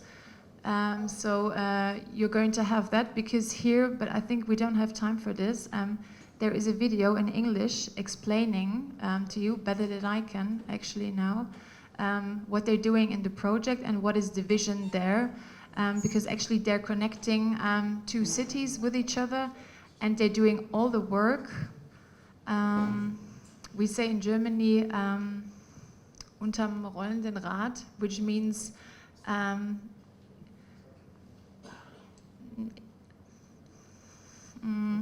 I'm looking for a good translation for that. They're doing all the working there without changing something in the environment, and with all the people, for example, still living in their houses, so they're under going the cities, they're going into the underground without trying to disturb what's going on in the city. So they're doing everything while everything is in active use. This is what I'm trying to say. Yes, yes. So a big thing going on, and actually they are still looking for a lot of engineers at the moment, because from now on they think that they will probably be finished with the last pieces of work will probably be finished in 2028. So there's still a lot of work going on there. And just because I was asked, are there already engineers from outside of Germany working in Germany, I just brought you one example, because this is a guy that I recruited myself from Greece, and I actually recruited him in Thessaloniki in May 2016 as more or less a junior engineer. He was there at the University of, I don't know how it's pronounced correctly in Greece, but University of Thrace somehow. He was coming to us as a junior engineer, and we gave him a lot of extra training. He came there, I have to admit, with a B2 level already, which made it a lot easier for him trying to interact with us. And he's now responsible for one of our biggest tunnel machines, as you can see on the picture. So yeah, he is kind of a good success story. And I asked him before I went here if I can use his name in the presentation and what advice he would give other people that would like to come to Germany. And as you see, his first point was patience. You have to have patience with the German authorities to get to know their way of practice, to sometimes wait for replies, and to be, to just not losing hope that in the end it will work out fine. Language is important. He stressed that by himself. And also he said, and that was a really interesting feedback for me, that really getting to know the company was really complex for him. So he said after 6 months, he realized, or was the first time that he realized how the company as itself works, functioning, who is working with whom, who to ask best for what questions, and how the system is, or how the company is acting as a system within Germany, together with authorities, together with contractors and everything. So his advice was patience to do that. So just as an example, actually, he said that if you have questions to him for his experience, I told you there would be a lot of people listening, but he said, feel free actually to contact him on LinkedIn if you want to, if you have any questions. So, yeah, this was the part from us as an example how things could work out, and this was the last bit from us. So thank you from my side. Thank you for your lot of questions. I didn't have so many contact cards with me, so I promised to put my mail address on here. If you have any questions, feel free to contact. If those questions are more concerning the general topics of Germany, we will definitely take them back also, or I will try to clarify them with Mr. Rauhut, and he wants to thank you also. Yes, thank you. Thank you. I put it back. Okay. So wait and see for the photos. And again, there is the possibility that the slides will be shared with you anyway, so you have all the links and all the information to the application also. So now it's on my side to thank you and ask questions, okay? say thank you for your attention. Me neither. I have neither much business cards with me, so there's the contact address, and feel free to contact me if you have any further questions concerning the Germany as a whole, and the German labor market and the German labor market for engineers. Thank you very much. الدكتور حسين القروم، أنا بدرس بالجامعة الأردنية، تخصص هندسة مدنية إنشاءات. تقريبا اشتغلت 3 سنوات بجامعة برلين، وكنت قبلها بدريسدن، يعني حوالي 5-6 سنوات بألمانيا. خلال السنة الموجودة، يعني خلال الشهرين الماضيات، كان في زي ديبيت بألمانيا علشان قانون الهجرة الجديد، بحيث انهم بدهم عمالة جديدة لألمانيا مثل ما تفضلوا الضيوف. فالآن سكيلد وركرز هذول في لهم قانون الجديد. المايجريشن لو راح يكون خلال السنة الجديدة ل 2020، طبعا فعال على الأغلب. هو عبارة عن 6 شهور راح تنعطى. زمان ما كنت تطلع إلا إذا كان معك عقد عمل، يعني بتقدم من هناك، أنت ما بتقدر تقدم من هناك. وإذا قدمت الآن هون، غالبا اللي كانوا يعملوه هون كانوا يروحوا يقدم فيزا اللي هي الفيزا العادية لزيارة أو سياحة أو أيا يكن، ويروح على ألمانيا يقدم من أول وجديد مثلا على الشركات. الفيزا تبعته بتكون شهر أو شهرين. الآن هناك ما بيقدروا يحولوا له الفيزا تبعته، هو راح يرجع هون ويقدم من أول وجديد. الآن المشكلة اللي كنا بنحكي معهم فيها اللي هي المواعيد بالسفارة. المواعيد بالسفارة للفيزا طويلة الأمد كانت دائما تاخذ وقت كثير، خصوصي الآن لأنه معنا يمنيين، سوريين، عراقيين، أردنيين بيقدموا بنفس السفارة. فكان في الآن فتحوا زي مكتب جديد أكثر من 3 شهور. الآن وصلت لسنة. بعض الأنواع اللي هي أنواع بدك تقدم لها أنت، بعض الأنواع كانت توصل لسنة. الآن في شيء اسمه الفاو اف اس، زي ما كان يتفضل الدكتور معنا، إنه في خدمات صارت موجودة عشان الفيزا اللي تسرع، عشان تسرع الفيزا. الآن اللي صار جديد راح يصير جديد اللي هو بسنة 2020 راح يكون في عندك أنت سماحية تروح على ألمانيا لمدة 6 أشهر ببعض التخصصات، مش كل التخصصات، خصوصا الاي تي، الهندسة المدنية، الهندسة الميكانيكية، الهندسة الإلكترونية، هندسة الحاسوب وهذه الأمور. حتى بعض التخصصات ما كانوا أو ما بدهم يطلبوا بكالوريوس. إذا كان معك حتى بعض مرات إذا بكون معك دبلوم عادي، يعني مثلا كلية كمان بزبط. كمان بعض مرات في القانون الجديد، هذه كمان ديبيت موجودة، إنه ممكن إذا كان معك بس خبرة تجيب خبرة تقدم، على أساس إنه أنت بالانترفيو هم بيختبروك بيشوفوك، وبعدين أنت مثلا ممكن تأخذ هذا العقد، عقد التوظيف. المشكلة الرئيسية اللي هي إنه يكون أنت مغطي تكاليفك بألمانيا والكورس تبعك لمدة 6 شهور، والآن هذا بينحط بشيء اسمه بلوكت أكاونت. الآن من هون قبل ما تطلع بتراسل البنك، ومع البنك تتفهم أنت وياه، بيفتح لك حساب. من هون أنت بتحول المصاري للبنك اللي أنت اتفقت أنت وياه، وغالبا يعني في بنوك كثير هناك، بس يعني غالبا هم مع البنك الوطني تبعهم. لما تراسلهم هم بصيروا يعطوك من المصاري تبعونك اللي أنت بالبنك تبعك مثلا محطوط بحسابك، بيعطيك هو شهري مبلغ معين ما بتقدر تصرف غيره، لأن ما بتقدر تسحبهم مرة واحدة. راح تسحب شهري بحيث على 6 شهور. بعد ال6 شهور إذا ما قدرت أنت تحصل شغل، أنت الآن لازم تروح. الجديد زمان كنت مثلا لقيت شغل تروح تعمل فيزا جديدة وترجع مثلا مرة ثانية، لا هون هو بيعدل لك الفيزا. يعني النوعية تبع الفيزا بتصير لها تعديل من باحث عن عمل إلى عامل. الآن هذه ادفانتج من الادفانتجز، انه يعطيك اصلا فيزا اولى، كمان انه هاي ادفانتجز جديدة على القانون. غالبا نعم. شرط اللغة موجود بي اينس، بس على فكرة كنا بنحكي فيها هون، البي اينس هون بالاردن بيفرق عن البي اينس هناك بالمانيا.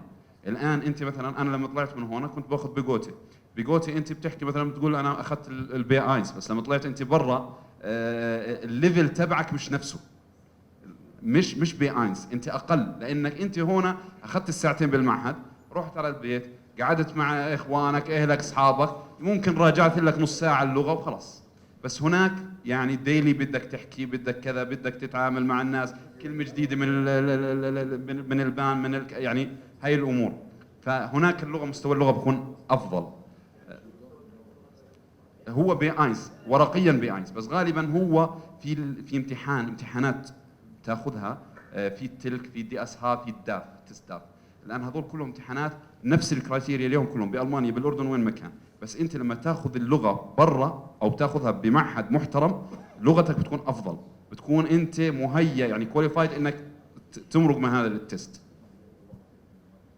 شوف هو اصلا ستاندرد، في عندك هي اينس اينس اينس مثلا زي هيك بيقسموها كل وحده مثلا A1 2 A1 1 A1 A2 مثلا 1 زي هيك، كل وحده بدها غالبا شهر الا لغايه مثلا A1 ليفلين شهرين، A2 ليفلين هي شهرين هي 4 شهور، والB1 بعض مرات بيقسموها ليفلين وبعض مرات بيقسموها 3 مستويات، ف3 ليفلز بصير عندك شهرين 4 شهور وثلاثه هي 7 شهور انت وصلت للB1 ماشي. في عندك الB2 هو الغالبا اذا كانت معك هي اللي بتعطيك ادفانتجز في الطلب تبعك زين. طبعا بصايد انه عندك خبره، عندك شهادات، علاماتك. طبعا العلامات البعض مش زي مثلا هون، العلامات هو مثلا بده يوظفك مثلا مهندس مدني، بده يوظفك في الانشاءات، بده يوظفك في الانشاءات، هو ما بيعتمد كامل العلامه، هو بشوف بمعدل علامات الانشاءات مثلا انت كيف كنت كويس، كنت لا، لانه هو ممكن انت بالاردن احنا بناخذ تربيه وطنيه وبناخذ هي بترفع المعدل، هو بياخذ الشغلات المهمه له. يعني ممكن واحد يكون شاطر بالانشاءات يقدم مع انه معدله مش عالي كثير. هذا القانون الجديد كنت بدي اضيفه يعني سألني الدكتور بشار اللي هو 6 شهور تعمل مثلا كفرنج لحالك المصاريف كامله، فرضا ما زبطت معك لا سمح الله خلال ال6 شهور، ومثل ما ضاف يعني الضيف صعبه كثير ب6 شهور، فبدك من هون تكون مراسل ومجهز امورك. بس دقيقه تفضل. B1 هي سهله جدا. انتم يعني لما تتخيل B1 مش كثير ترى، جوتي او عادي في معهدين او 3 معاهد. في المعهد النمساوي الالماني نفس اللغه، يعني بيفرق بعض الوردز مثلا زي هيك، بس يعني ممكن انت تختار مثلا اي معهد مع اليوتيوب مع الكورسات مثلا تاخذ انت مثلا اللغه B1 سهله جدا. يعني غالبا هي ما بتقدر تحكي كثير، بس انه هو بده يكون انه عندك اراده انك تكمل اللغه. لا 6 شهور ل7 شهور، شهرين يا رجل شهرين يعني ABC زي هيك بس. كيف؟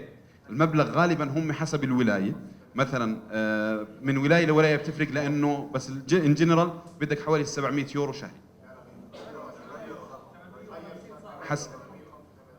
حسب الولايه. اذا جنرال موحدينها 835، بس ببرلين مثلا او بدريسدن 700 وشيء 750، رفعوا 200 يورو ممكن على سعر الريت الموجود حاليا. في اسئله دكتور حسين قبل ما تفضل. تمام. التقديم على السفاره كنا نحكي فيه للشغل موضوع 6 شهور. كيف والله عيد الان ابليكابل هلا في عندك لا القانون انا حكيت بيطلع بال2020 لسه يعني بس في يعني بقول لك مناقشات الان موجوده، بس على الاغلب راح يطلع بس خلينا نسمع مع بعض يا استاذ. والله دقيقه يا اخوان.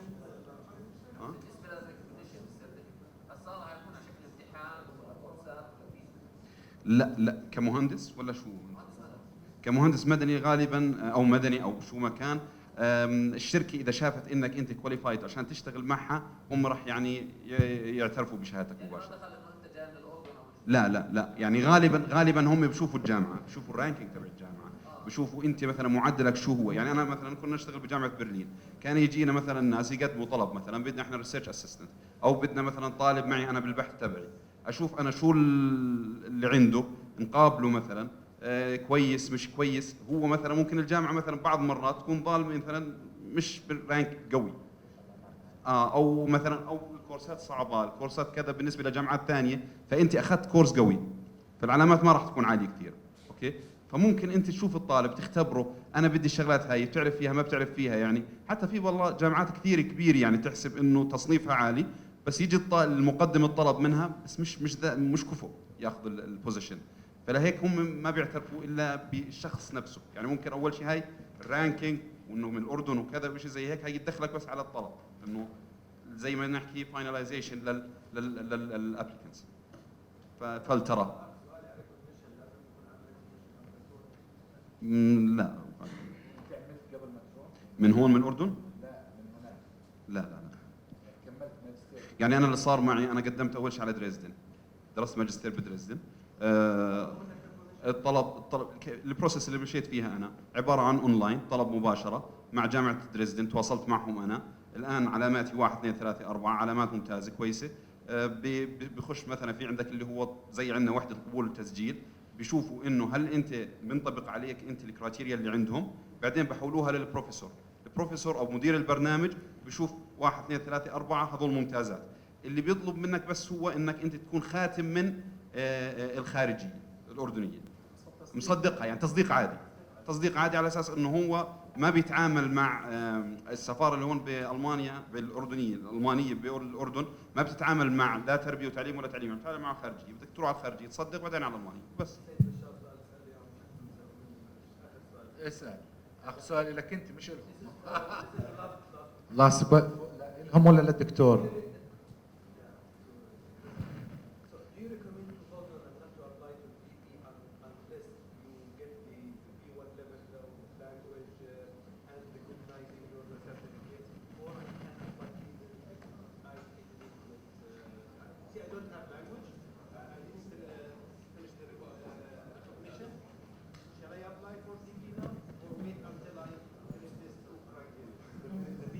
Yeah.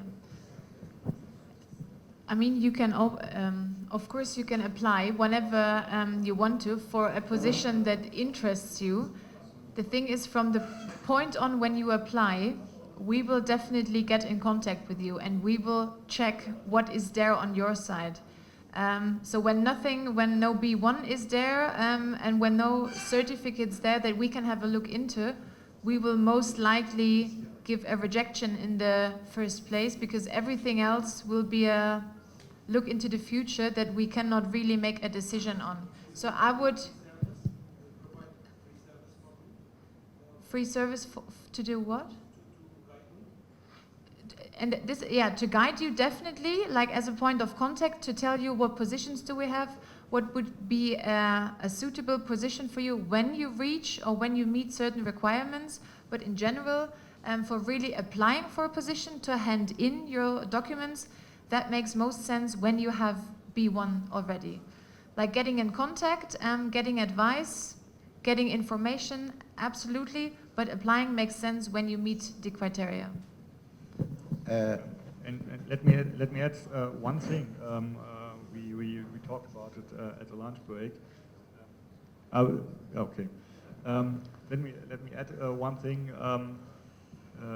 Even if we have shortages in Germany concerning the engineering labor market, and the companies are looking for qualified, skilled people all around the world, you have to be qualified. And they don't hire you just because they need people. They need qualified people, and so this is one prerequisite which is true. So you have to if you apply, you have to put some egg somewhere. ممكن بس شباب احكي الشغله الصغيره اذا سمحتوا، بعدين بنكمل الاسئله. القانون اللي شرحه الدكتور حسين مشكورا، هذا راح لسه لحد الان ما دخل موضع التطبيق زي ما قال 2020، وعلى الاغلب راح يكون في اذار 2020. يعني هو بيعطيك مجال ل6 اشهر تروح تدور على شغل، بدك تحط مصاري، بدك يكون معك B1. انا ارجو التعامل مع هذا الموضوع السكند اوبشن، يعني مش الاوبشن الرئيسي. الخيارك الرئيسي هو انك تدور على الشركات، على اصحاب العمل مباشره من هون، تعمل معاهم اتفاق وتحصل على عقد عمل. هذا الافضل والاضمن والاحسن.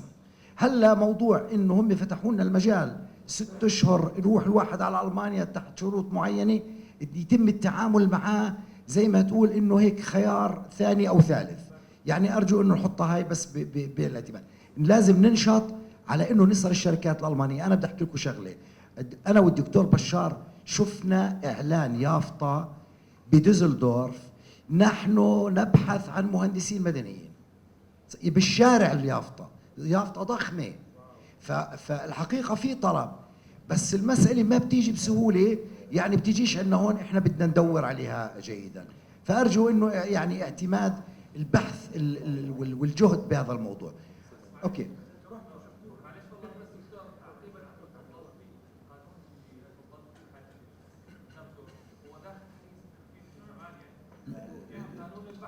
لا صح، هاي قديمه، هاي وحده قديمه كانت، في وحده كانت البحث عن عمل، بس يا صاحبي هلا بال2000 لا طول بالك شوي. هلا نزلوا قانون، احنا متبعين القانون في البرلمان جديد، هذا القانون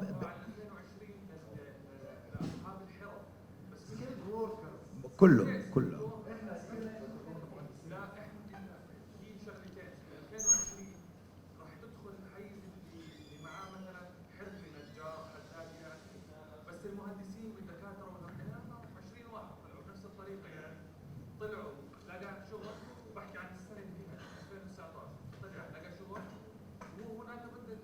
يا سيدي. ممتاز بلش ماشي، بدناش نختلف على الموضوع، بس انا حبيت اقول لكم انه تعاملوا مع هذا الموضوع مش خيار اول.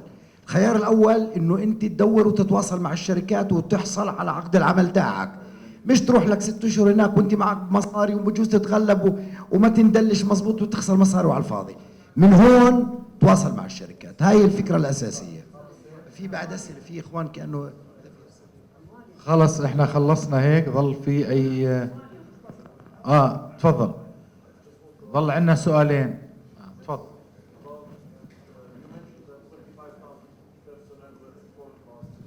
This year.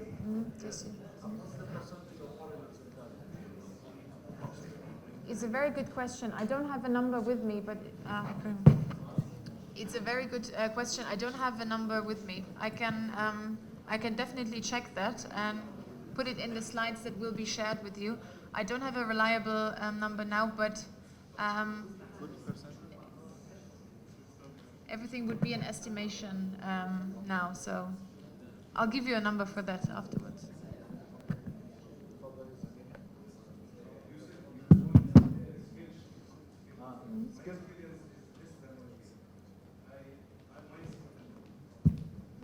I graduated last year from the university, and my experience is low, less than a year.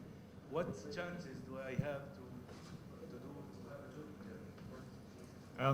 But you graduated and last year? Last year, okay. My experience is low, less than 1 year.